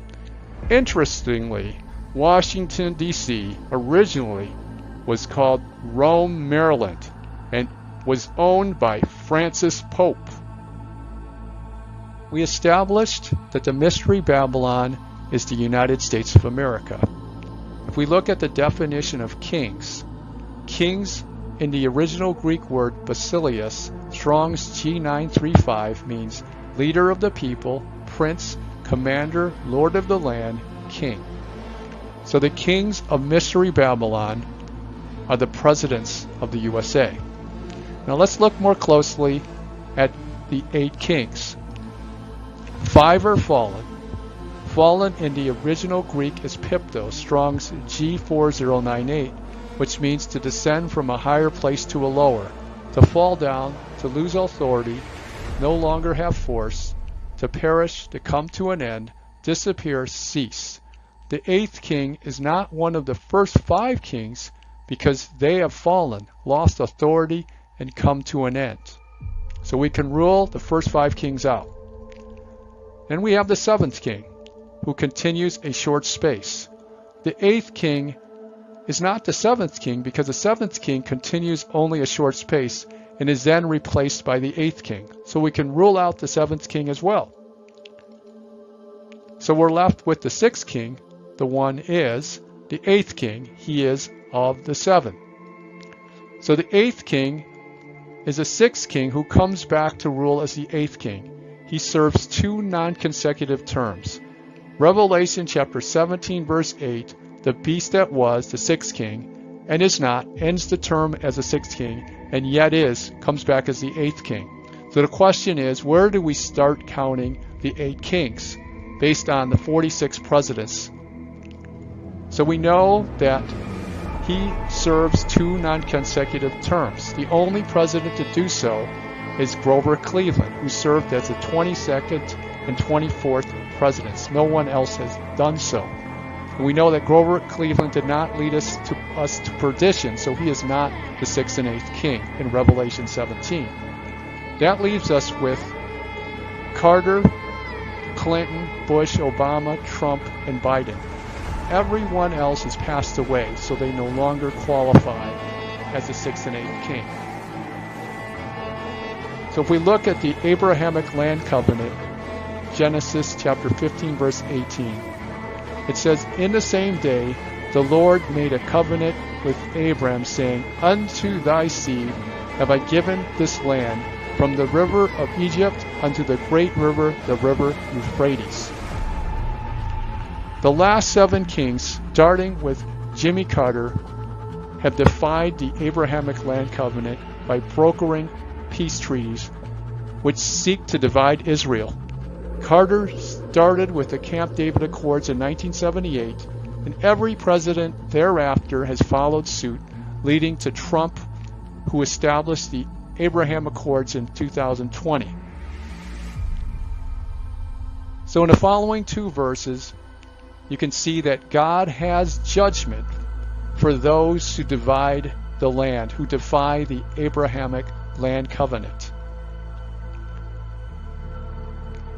Joel chapter 3 verse 2, "I will gather all the nations and bring them down to the valley of Jehoshaphat, and I will enter into judgment with them there, on behalf of my people and my heritage Israel, because they have scattered them among the nations and have divided up my land." In Genesis chapter 12 verse 3, it says, "And I will bless them that bless thee, and curse him that curses thee. And in thee shall all families of the earth be blessed." Now let's look at the 7th king, Trump, who continues a short space, who is the dividing line between the 6th and 8th king. Now what is very striking is that Trump has an unbelievable connection to the number 7. Trump's age at day of election was 70 years, 7 plus 7 plus 7 weeks. Trump's age at inauguration date was 70 years, 7 months, and 7 days. Trump defeated Hillary Clinton by 77 electoral votes, 304 to 227. Trump's first meeting with Putin on 7/7/17 was 777 months after Putin's birthday, 10/7/1952. The nation of Israel was 77 days old, precisely after 777 days after the birth of Donald Trump. Israel's 70th birthday is precisely 700 days after Trump's 70th birthday. Trump was born exactly 700 days before the founding of Israel on May 14, 1948. Trump was inaugurated in the Hebrew year 5777. Trump was elected on Prime Minister Netanyahu's 7th year, 7th month, and 7th full day in office. Trump recognizes Jerusalem as the nation's capital 70 years after Israel was reborn. In addition, Trump was the 777th richest man in Forbes. Not only that, Trump links himself with the 7th President, Andrew Jackson. Andrew Jackson, a man named General Andrew Jackson. I wonder why they keep talking about Trump and Jackson and Trump. Oh, I know the feeling, Andrew. I'm a big Andrew Jackson fan. Andrew Jackson was a military hero and genius and a beloved president. We had the greatest election. In all fairness, I used to hear Andrew Jackson. This was now greater than the election of Andrew Jackson. People say that. No, people say it. I'm not saying it. This was the equivalent or greater. Today I call attention to another anniversary, the 250th birthday of the very great Andrew Jackson. Thomas Jefferson, Andrew Jackson, and Abraham Lincoln, and many of our greatest presidents fought with the media and called them out, oftentimes on their lies. We are the country of Andrew Jackson. They say Andrew Jackson was always the nastiest campaign. They actually said we topped it. In the words of Andrew Jackson, farmers are the basis of society and true friends of liberty. Great story. Love that story. Have great respect for Andrew Jackson. So based on all these connections to the number 7, you can see very clearly that Trump is indeed the 7th king. Now let's look at the 8th king. Currently, we have Biden in as the president. So how does that fit in the 6th and 8th king of Revelation 17? Well, what if Biden is just the front man? And if Obama is the true 8th king who is ruling through the front man Biden? Chapter 17 of Revelation correlates with the year 2017, when the 6th king Obama passed the throne to the 7th king Trump. Both kings, Obama and Trump, were presidents in 2017, as the 6th king Obama ruled for 20 days and the 7th king Trump started his short space. Grover Cleveland is the only president to ever serve 2 non-consecutive terms as the 22nd and 24th presidents of the USA. The sum of 22 and 24 equals 46, which connects to the current 46th president of the USA. Could the 46th president be the 6th and 8th king who serves 2 non-consecutive terms just as Grover Cleveland did? In the following slides, we're going to see how Obama is ruling as the 8th king through the front man Biden. In this first clip, Obama talks about using a front man for a 3rd term where he would deliver the lines and his front man would do the talking. Obama is using Joe Biden as a front man for his 3rd term as 8th king. Look at something going on in the news and go, you know what the situation needs? Still Barack Obama. I've said this before. People would ask me, knowing what you know now, do you wish like you had a 3rd term? And I used to say, you know what? If I could make an arrangement where I had a stand-in, a front man or front woman, and they had an earpiece in, and I was just in my basement in my sweats, looking through the stuff, and then I could sort of deliver the lines, but somebody else was doing all the talking and ceremony. I'd be fine with that. In this second clip, Nancy Pelosi references Obama's agenda of building back better during Biden's presidency. It is a clue that Obama is having a 3rd term through Biden. Keep government open. We have to do those imminently. more intimately even to address the full Obama agenda of building back better and I love to say, building back better. Now in the third clip, Jen Psaki repeatedly dodges a reporter who brought up the obvious. There's a growing perception that this is really just the third term of President Obama. Topics. First, given the number of former Obama administration officials that are now in this Biden administration and the president's relatively light schedule, there's a growing perception that this is really just the third term of President Obama. What do you say to people who say that? Who were saying that? Who's saying that? You hear that a lot in the media. Who in the media? Different people. Now in his fourth clip, Psaki confirms that Biden speaks to Obama regularly. Could Obama be delivering the lines to his frontman, Joe Biden, to do the talking? In terms of his engagement with President Obama, they are not just former colleagues, I guess you call them, as president and vice president, but they are also remain close friends, and they talk regularly about a range of issues, from policy issues to bouncing ideas off of each other to their families.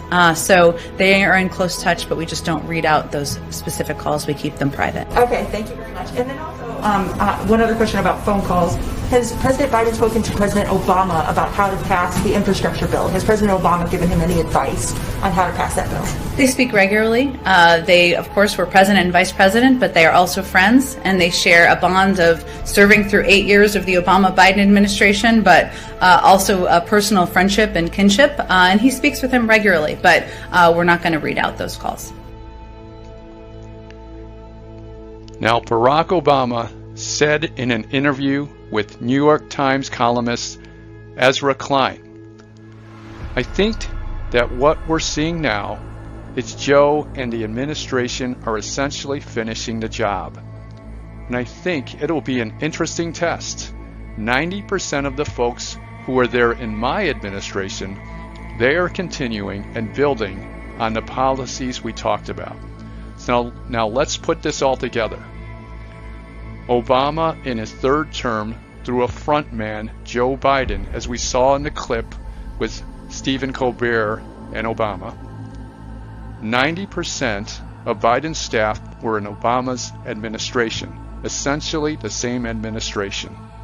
Biden is continuing and building on Obama's policies, essentially the same policies.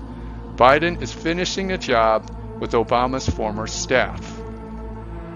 Obama and Biden speak and interact regularly so that Obama can deliver the lines to Biden. So this all points to Revelation chapter 17, verses 10 through 11, where we have the sixth king, Obama, the beast that was, the seventh king, Trump, that continues a short space, and the eighth king, Obama, that goeth into perdition, who is ruling through a front man, Joe Biden. In the following clips, we will see how Obama reveals himself as the sixth and eighth king of Revelation 17.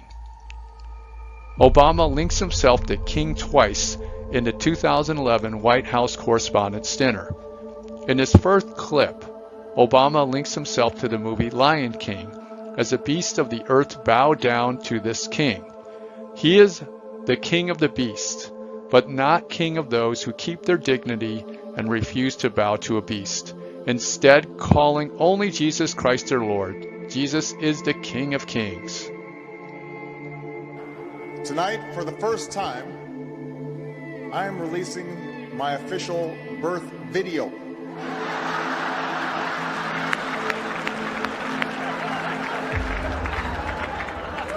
Now, I warn you, no one has seen this footage in 50 years. Not even me. But let's take a look.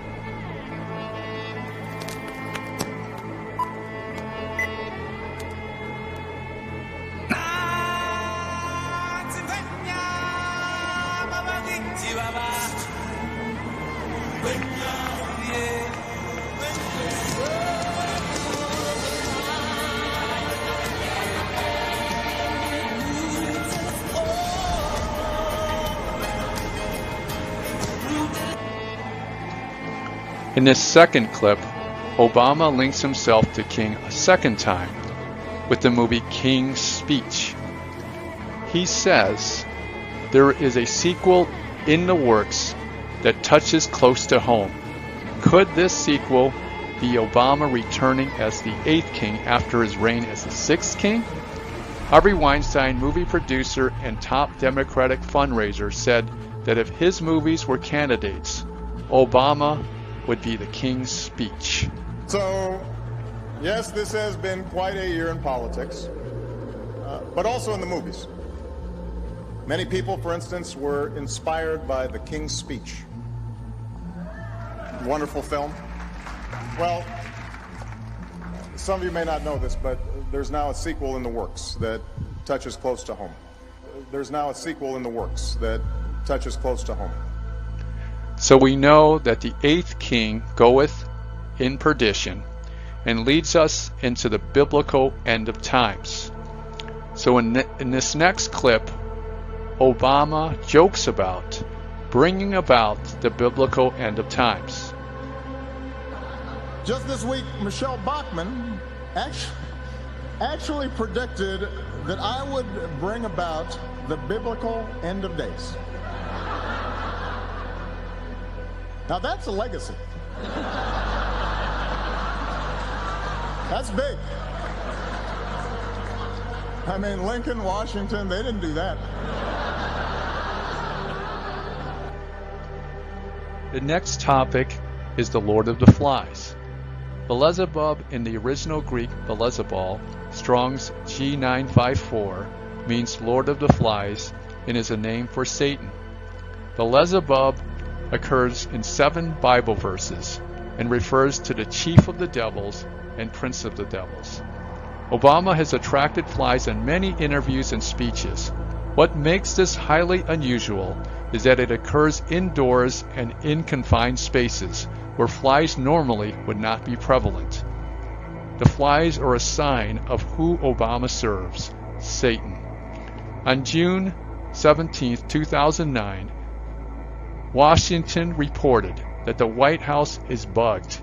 No, not like that, but actually flies are swarming the place, confounding housekeepers, irritating aides, even trying to feast on the president. In the following clip, we will see examples of how flies swarm around Obama, pointing to him being the Lord of the Flies. I am nominating Mary Jo White to lead the Security and Exchange Commission and Richard Cordray to continue leading the Consumer Financial Protection Bureau. This guy's bothering me here. To give Americans the information they need to make sound financial choices and protect them from unscrupulous lenders and debt collectors. The signature characteristic of our sorry, I'm going to start over. I'm going to start at I will contrast.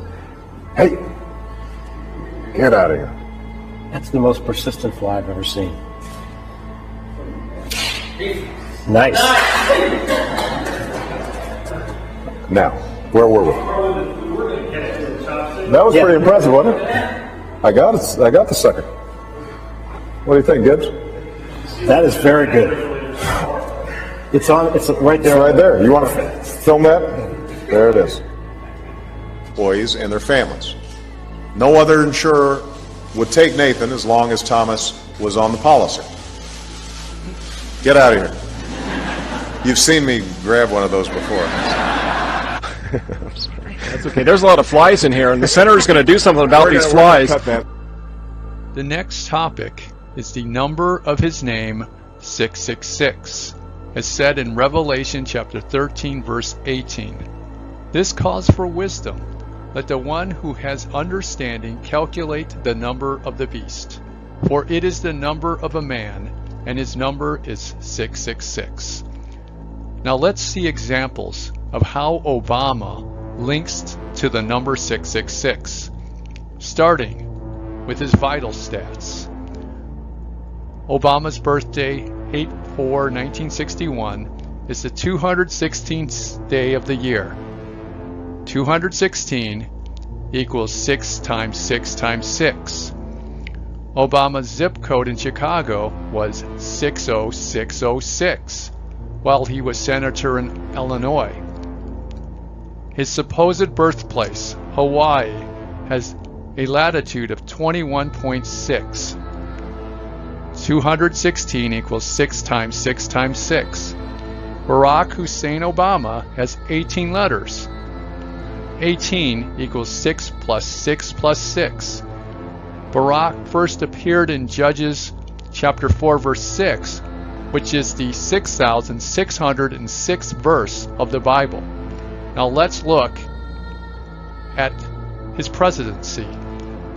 666 months between Obama's birthday of 8/4/1961 and his last day of presidency, 1/20/2017. Obama nominated Joe Biden as his vice president when Biden was 66 years old in his 6th term as senator. On his 666th day in office, November 17, 2010, Obama appointed 6 judges to the district court.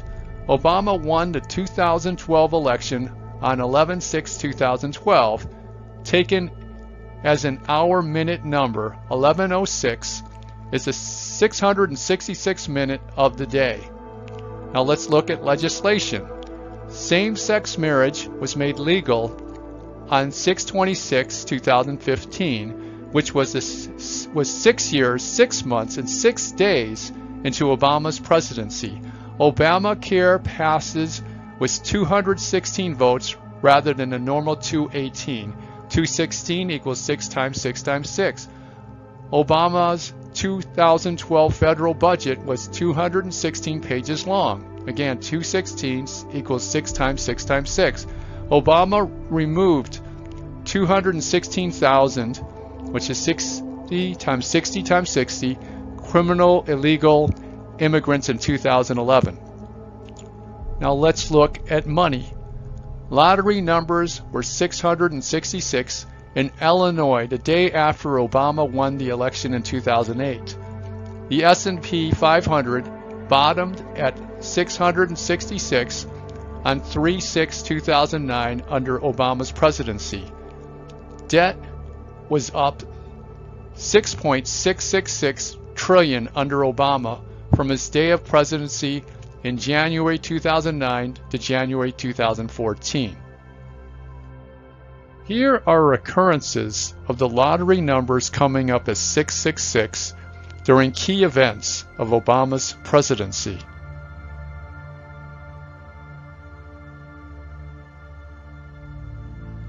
Obama dressed as Baphomet on Trump's inauguration day on 1/20/2017.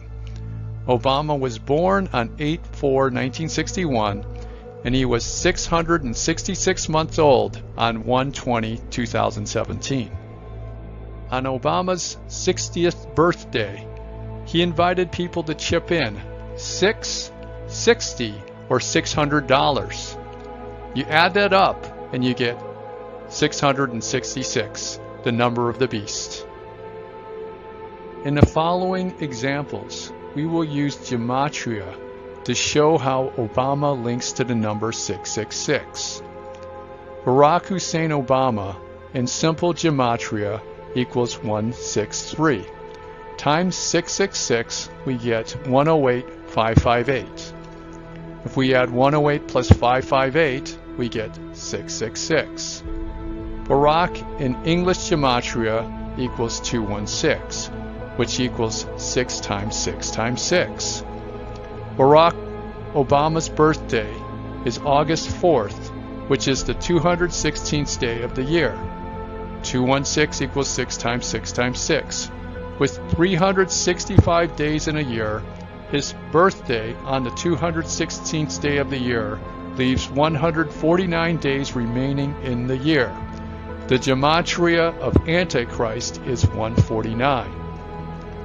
Now, using English ordinal and reduced forward and reversed gematria. All letters equal 36 except I and R, which equals 45. So when you calculate the number of his name, it equals 666.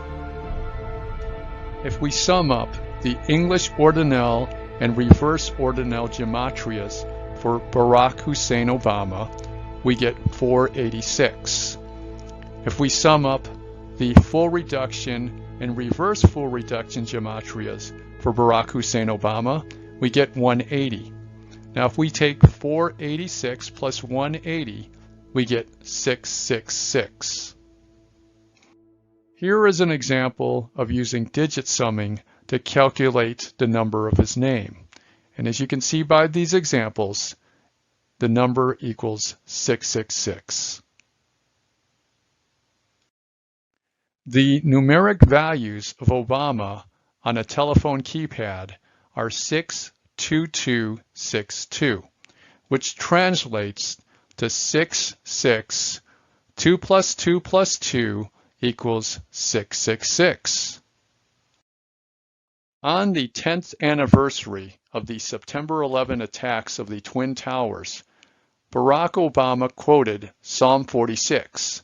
Psalm 46 is the 666th chapter from the end of the Bible. Be still and know that I am God. I will be exalted among the nations. I will be exalted in the earth. Now, President Obama signed the top beam at the One World Trade Center. The W represents the Hebrew letter Vav, which has a numeric value of 6. Thus, WWW in his signing equates to 666. The first solar eclipse of 2009 began on January 26, 2009 at 6:06 a.m., which is exactly 6 days, 6 hours, and 6 minutes from January 20th, 2009, Obama's inauguration day. Barack Obama's inauguration date was 1/20/2009. Pope Francis's election date was 3/13/2013. There are exactly 216 weeks between those two dates, which equals 6 times 6 times 6. On July 17, 2018, Obama spoke at Mandela's 100-year anniversary. Mandela's prisoner number was 46664. On the exact day of Mandela's 100-year anniversary, on July 17, 2018, Obama's age was 666 months, 66 weeks, and 66 days old. Now, if we look more closely at Mandela's prisoner number 46664, if we look at the 666 in the middle, it represents the number of the beast. And we see the 44, which represents Obama as the 44th president. Nelson Mandela was center stage at his 46664 HIV/AIDS charity concert. The slogan of his event was 46664, it's in our hands. And this relates to Revelation chapter 13, verse 16, where it talks about a mark in the right hand, and also relates to Revelation chapter 13, verse 18, where it talks about, and his number is 666. So the slogan of his event, 46664, it's in our hands, is relating to the mark of the beast. Friends, 20 years ago, London hosted a historic concert which called for our freedom. Your voices carried across the water to inspire us in our prison cells, far away. Tonight, we can stand before you free. We are honored to be back. It is in your hands now. It is in your hands now. Now let's look at the Antichrist's name in Scripture and signature as said in Luke chapter 10 verse 18, where it says, I saw Satan fall like lightning from heaven. So Luke was originally written in Greek. So the English word lightning translates to the Greek word astrope. And the English word heaven translates to the Greek word oranos, which means heaven or heights above. Now spoken in Hebrew, so had Jesus spoken Luke chapter 10 verse 18 to a Jewish rabbi, he would have said the Hebrew word barak for lightning and the Hebrew word bama for height and high place. And O is a conjunction to join concepts together. So we have Barack Obama. Now, just an interesting note that the Greek word Barak also means lightning. So let's put this all together. I saw Satan fall like lightning from height/high place. Now, if we translate that to Hebrew, it says, I saw Satan fall like Barack Obama. Now, on Obama's 60th birthday, you can see that lightning is shooting out of his chest. And also, you can see that Obama is doing the lightning bolt pose. Now, let's see how Obama reveals himself as Antichrist through his signature. Obama's signature contains phi, which is represented by an O with a line through it. The Greek numeral phi equals 500. Strong's number 500 in Greek equals Antichrist. The golden ratio is also represented by phi, equal to 1.61803398. If we look at the calculation of the golden ratio in sine and cosine in degrees, sine 666 plus cosine 216, which is 6 times 6 times 6, it equals the golden ratio phi. Now let's look at backward messages in relation to Obama. In Daniel chapter 8 verse 23, it says, And in the latter time of their kingdom, when the transgressors are come to the full, a king of fierce countenance and understanding dark sentences shall stand up. Chida, Strong's H2420, is the original Hebrew word for dark sentences, which means a puzzle, a trick, a dark saying. Examples of dark sentences are backmasking, which is the satanic practice of inserting hidden messages that can only be heard if audio is played in reverse, and also the law of reversal, the satanic law of read backwards, speak backwards, think backwards, walk backwards. So let's look at examples of these dark sentences with Obama. We're going to look at the names of Obama's daughters spelled backwards, his victory speech in 2008, where he says, yes, we can, and also his acceptance speech in 2004, where he says, let me express. Obama's daughters' names are Malia and Natasha. By spelling the names backwards, you can see the words, I am Satan and Allah. Allah is Strong's number H5927, which is defined as to go up, ascend, climb. Allah is referenced in Isaiah chapter 14, verses 12 through 14 to describe Lucifer, who wants to ascend into heaven, who wants to ascend above the heights of the clouds. Yes, we can. Yes, we can. Heck you say. Heck you say. Heck you say.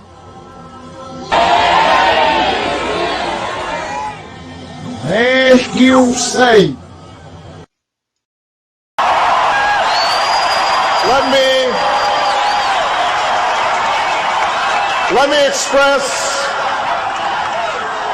Let me express my thanks to the historic slate of candidates who accompanied me on this journey. Let me express self-esteem.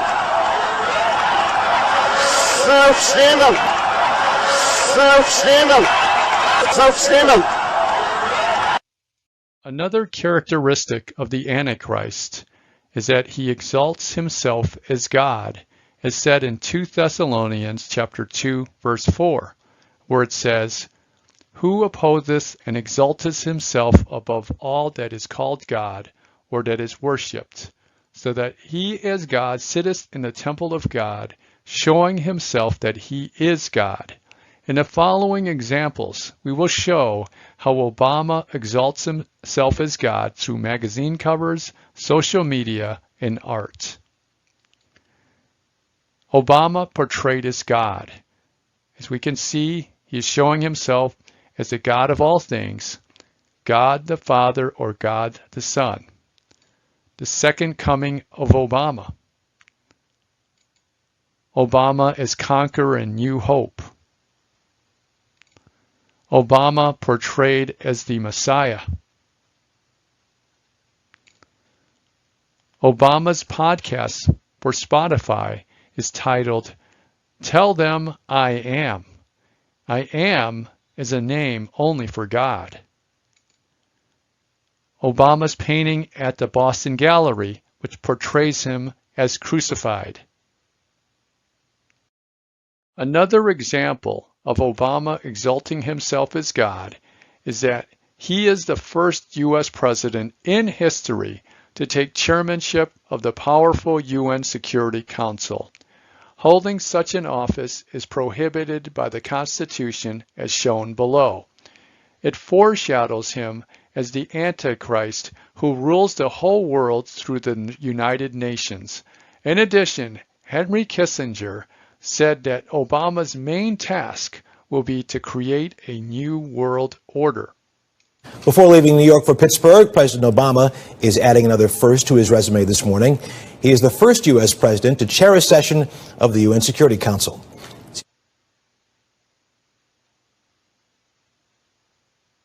Diplomatic relations, but if you had to say this is going to be the country or the conflict or the place that will define the Obama administration, what would it be? The president-elect is coming into office at a moment when there are upheavals in many parts of the world simultaneously. You have India, Pakistan, you have the jihadist movement. So he can't really say there is one problem that is the most important one. But he can give a new impetus to American foreign policy, partly because the reception of him is so extraordinary around the world. I think his task will be to develop an overall strategy for America in this period when really a new world order can be created. It's a new world order can be created. A new world order can be created.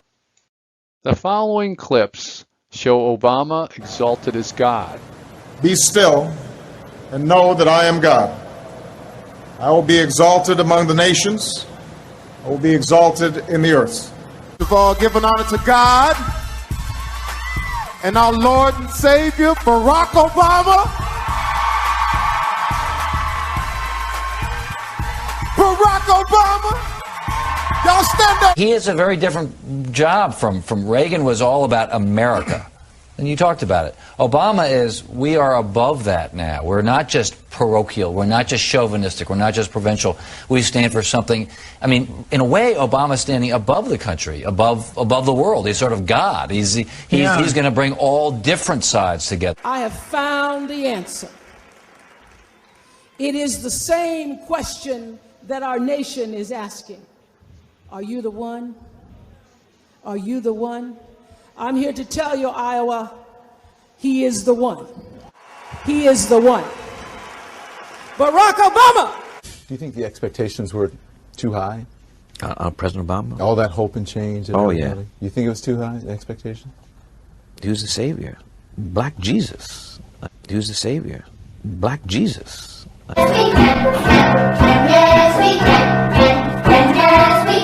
Yes, we can. Yes, we can. Heck, you say. Heck, you say. The next topic that we are going to cover is truth in plain sight, which means that if you have eyes to see and ears to hear, you can see what is being revealed. In this first example of truth in plain sight, we see Obama with devil horns above his head in the following photos. Reflect, is there something else I could do to make these guys, I'm not talking about the leaders now, but maybe some of the House Republican caucus members, not paint horns on my head, not paint horns on my head.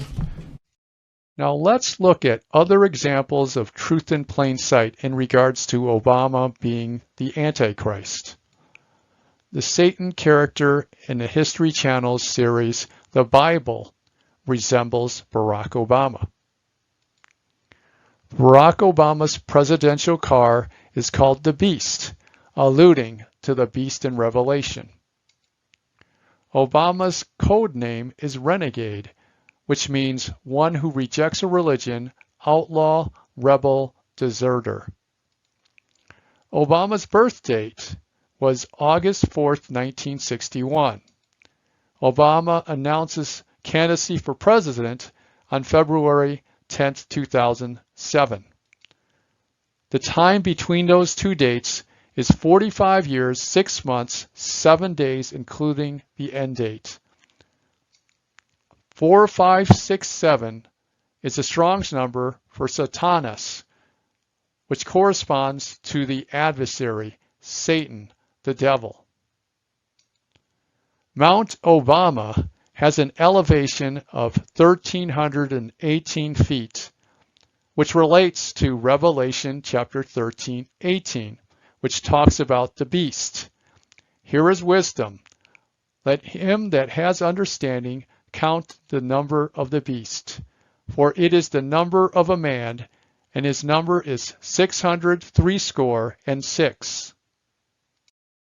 Now let's look at truth in plain sight based on Obama's book, A Promised Land. It was published on 11/17. Strong's number 1117 corresponds to Bama, a high place, which we discussed earlier in Luke chapter 10 verse 18, where it said, I saw Satan fall like lightning from a high place, which translates to Hebrew, I saw Satan fall like Barack Obama. Now, if we look at Obama's age on 11/17/2020, he was 711 months, 13 days, excluding the end date. Now, 711 months equals 666, the number of the beast, plus 45. 13 equals 6 plus 7.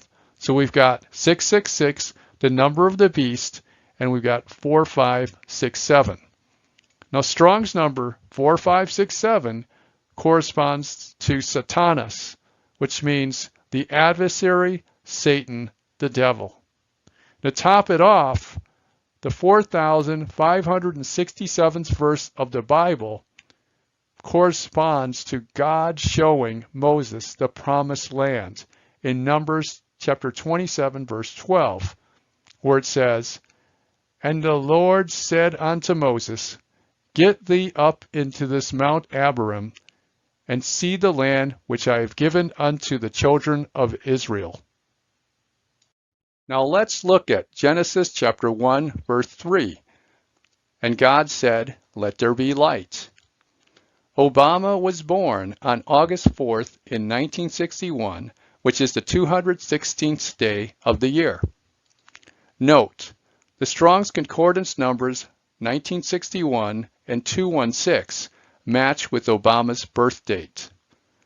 Genesis chapter 1 verse 3 is commonly found in Freemasonic temples worldwide. Albert Pike, called the Pope of American Freemasonry, describes Lucifer as a light bearer in his book Morals and Dogma. On page 328 of Morals and Dogma, it says, Lucifer, the light bearer, strange and mysterious name to give to the spirit of darkness. Lucifer, the son of the morning. Is it he who bears the light, and with its splendors intolerable, blinds feeble, sensual, or selfish souls? Doubt it not. So now let's look more closely at Strong's numbers 1961 and 216. Strong's number 1961 refers to the Hebrew word haya, which means to fall out, come to pass, become, be. Interestingly, Obama's birth year, as we know, is 1961, and it so happens to contain two occultic numbers, 9 and 6, which are as above, so below, as shown in the Royal Arch of the Freemasonic temples. So if you turn the 1961 upside down, you still get the same number, 1961. Now if we look at the words, let there be light in the Freemasonic temples, could they be referring to the Strong's number 216 light, corresponding to Obama, who is the light, who has the number 216, which is 6 times 6 times 6. And we see the light that is emitting from Obama's chest during his birthday. Now let's look at truth in plain sight in regards to Obama's presidential portrait. Obama's presidential portrait shows the imagery of the hidden serpent in the garden, unlike any previous presidential portrait. It goes back to the Garden of Eden, showing his authority does not come from his office in the White House, but from Satan, who gives his power and his throne to the beast, the Antichrist. Obama's left hand appears to have a sixth finger tucked under it. In the Bible, the giants were described as having 6 fingers in 2 Samuel chapter 21 verse 20 and 1 Chronicles chapter 20 verse 6. This suggests that Obama is linked to the giants/Nephilim, who are the offspring of the fallen angels and humans. Obama also appears to have a sperm on the left side of his forehead. The sperm may represent that Obama is the seed of Satan, who is given power and authority to rule as the man of sin and the Antichrist. Here are more examples of truth in plain sight, showing that Obama is the Antichrist. I agree.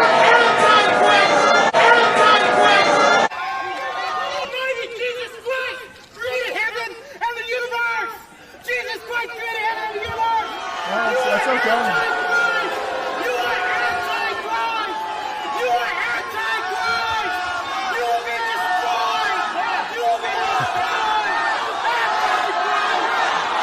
And there's only one candidate in this race who understands that democracy in a big, diverse country doesn't work if you constantly demonize each other. And I mean that literally, by the way. I was reading the other day, there's a guy on the radio who apparently Trump's on his show frequently. He said, me and Hillary are demons. Said we smell like sulfur. Ain't that something?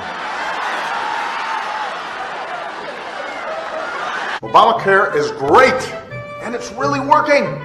Sign up now. Breaking news. Michelle Obama in hot water after posting this video earlier today. Obamacare is great, and it's really working. Sign up now. Just this week, Michelle Bachmann actually predicted that I would bring about the biblical end of days. Now that's a legacy. That's big. I mean, Lincoln, Washington, they didn't do that. Another characteristic of the Antichrist is that he will mock and blaspheme against God, as it says in Revelation chapter 13, verses 5 through 6. And there was given unto him a mouth speaking great things and blasphemies. And power was given unto him to continue 42 months. And he opened his mouth in blasphemy against God, to blaspheme his name and his tabernacle, and them that dwell in heaven. In John chapter 12, verse 1, it says, Then Jesus, 6 days before the Passover, came to Bethany, where Lazarus was, which had been dead, whom he raised from the dead. So in mocking Jesus, Obama rode a donkey into Jerusalem 6 days before Passover, just like Jesus. On his first visit to Israel as president, Obama entered Jerusalem on March 20th, 2013, which was 6 days before Passover on March 26, 2013. In another instance, Obama had a triumphal entry on a donkey. This mockery of Christ took place on January 19, 2009, one day before the inauguration of President Obama in Des Moines, Iowa, where his surging rise began. While onlookers waved palm branches, a motorcade consisting of 4 black SUVs, the sculpture affixed to a donkey, and Secret Service agents made the mile-long triumphal entry, which ended at the steps of the state of Iowa Capitol building. Here are examples of Obama's mocking and blasphemy against God and his word. Which passages of Scripture should guide our public policy? Should we go with Leviticus, which suggests slavery is okay, and that eating shellfish is an abomination? Or we could go with Deuteronomy, which suggests stoning your child if he strays from the faith? Or should we just stick to the Sermon on the Mount, a passage that is so radical that it's doubtful that our own Defense Department would survive its application? You cannot sit back and wait for a Savior. We don't need a Messiah. We don't need a Messiah. Sing praise, how sweet the sound. Another characteristic of the Antichrist is that he will have no desire for woman, as it says in Daniel chapter 11, verse 37.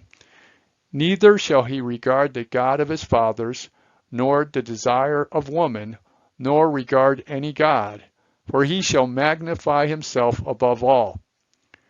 The Antichrist will have no desire for woman, which implies that he will be gay or homosexual.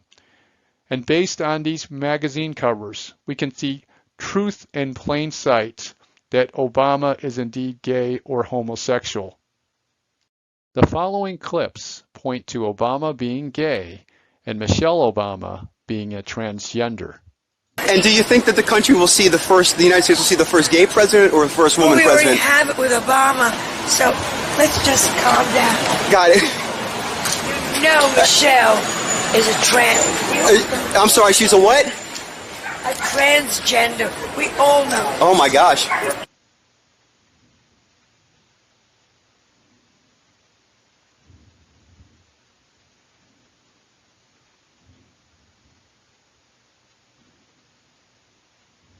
Men and women of the finest military in the world. Most of all, Admiral Mullen, Deborah, Michael and I.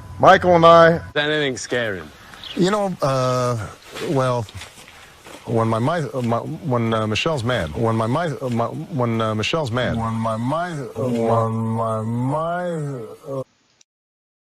The final characteristic of the Antichrist that we will cover is he will think to change times and laws, as said in Daniel chapter 7, verse 25. And he shall speak great words against the Most High, and shall wear out the saints of the Most High, and think to change times and laws.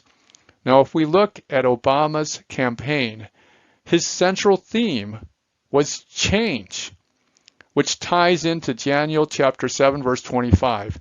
change times and laws.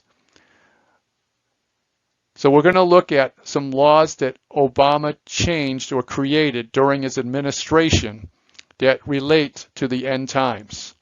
First of all, ICD 9E978, which is for legal execution. As you can see there, beheading, decapitation by guillotine is one of the forms of legal execution. And this ties into Revelation chapter 20, verse 4, where it says, I saw the souls of them that were beheaded for the witness of Jesus and for the word of God, and which had not worshipped the beast, neither his image, neither had received his mark upon their foreheads or in their hands. And they lived and reigned with Christ 1,000 years. Just in case you're looking for this code, it's now been replaced by ICD-10-CM code Y35.493D. H.R. 3200, America's Affordable Health Choices Act of 2009, relates to the mark of the beast. H.R. 3200 included an amendment to Section 519 of the Food, Drug, and Cosmetic Act that allowed for data to be collected from all Class II devices, which includes RFID chips, for purposes of post-market safety and outcomes data. The final law, the Patient Protection and Affordable Care Act, H.R. 3590, Obamacare, removed this wording. However, Section 519 of the Food, Drug, and Cosmetic Act still includes the section for Class II implantable devices. H.R. 4919 is another bill that relates to the mark of the beast. The House passed H.R. 4919, which allows the U.S. Attorney General to award grants to law enforcement for the creation and operation of locative tracking technology programs. Though the program's mission is to find individuals with forms of dementia or children with developmental disabilities who have wandered from safe environments, it provides no restriction on the tracking program's inclusion of other individuals. The bill's passage could open a Pandora's box of expanded use of tracking technology, as the bill's language could be very broadly interpreted. Executive Order 13603 gives the federal government the legal authority to force any person into de facto slavery. As it says in Section 502, the President has the authority to employ persons without compensation, which is technically slavery. The President has the power to declare martial law, seize private property, seize all food resources, seize all forms of energy, seize all forms of civil transportation, seize all usable water from all resources, and seize health resources. This sets the stage for the Antichrist, in which power was given him over all kindreds and tongues and nations. But I did see something. I saw, it was this huge drone, you know, up flying in the middle of nowhere, dropping off thousands of these. I have no idea what it says.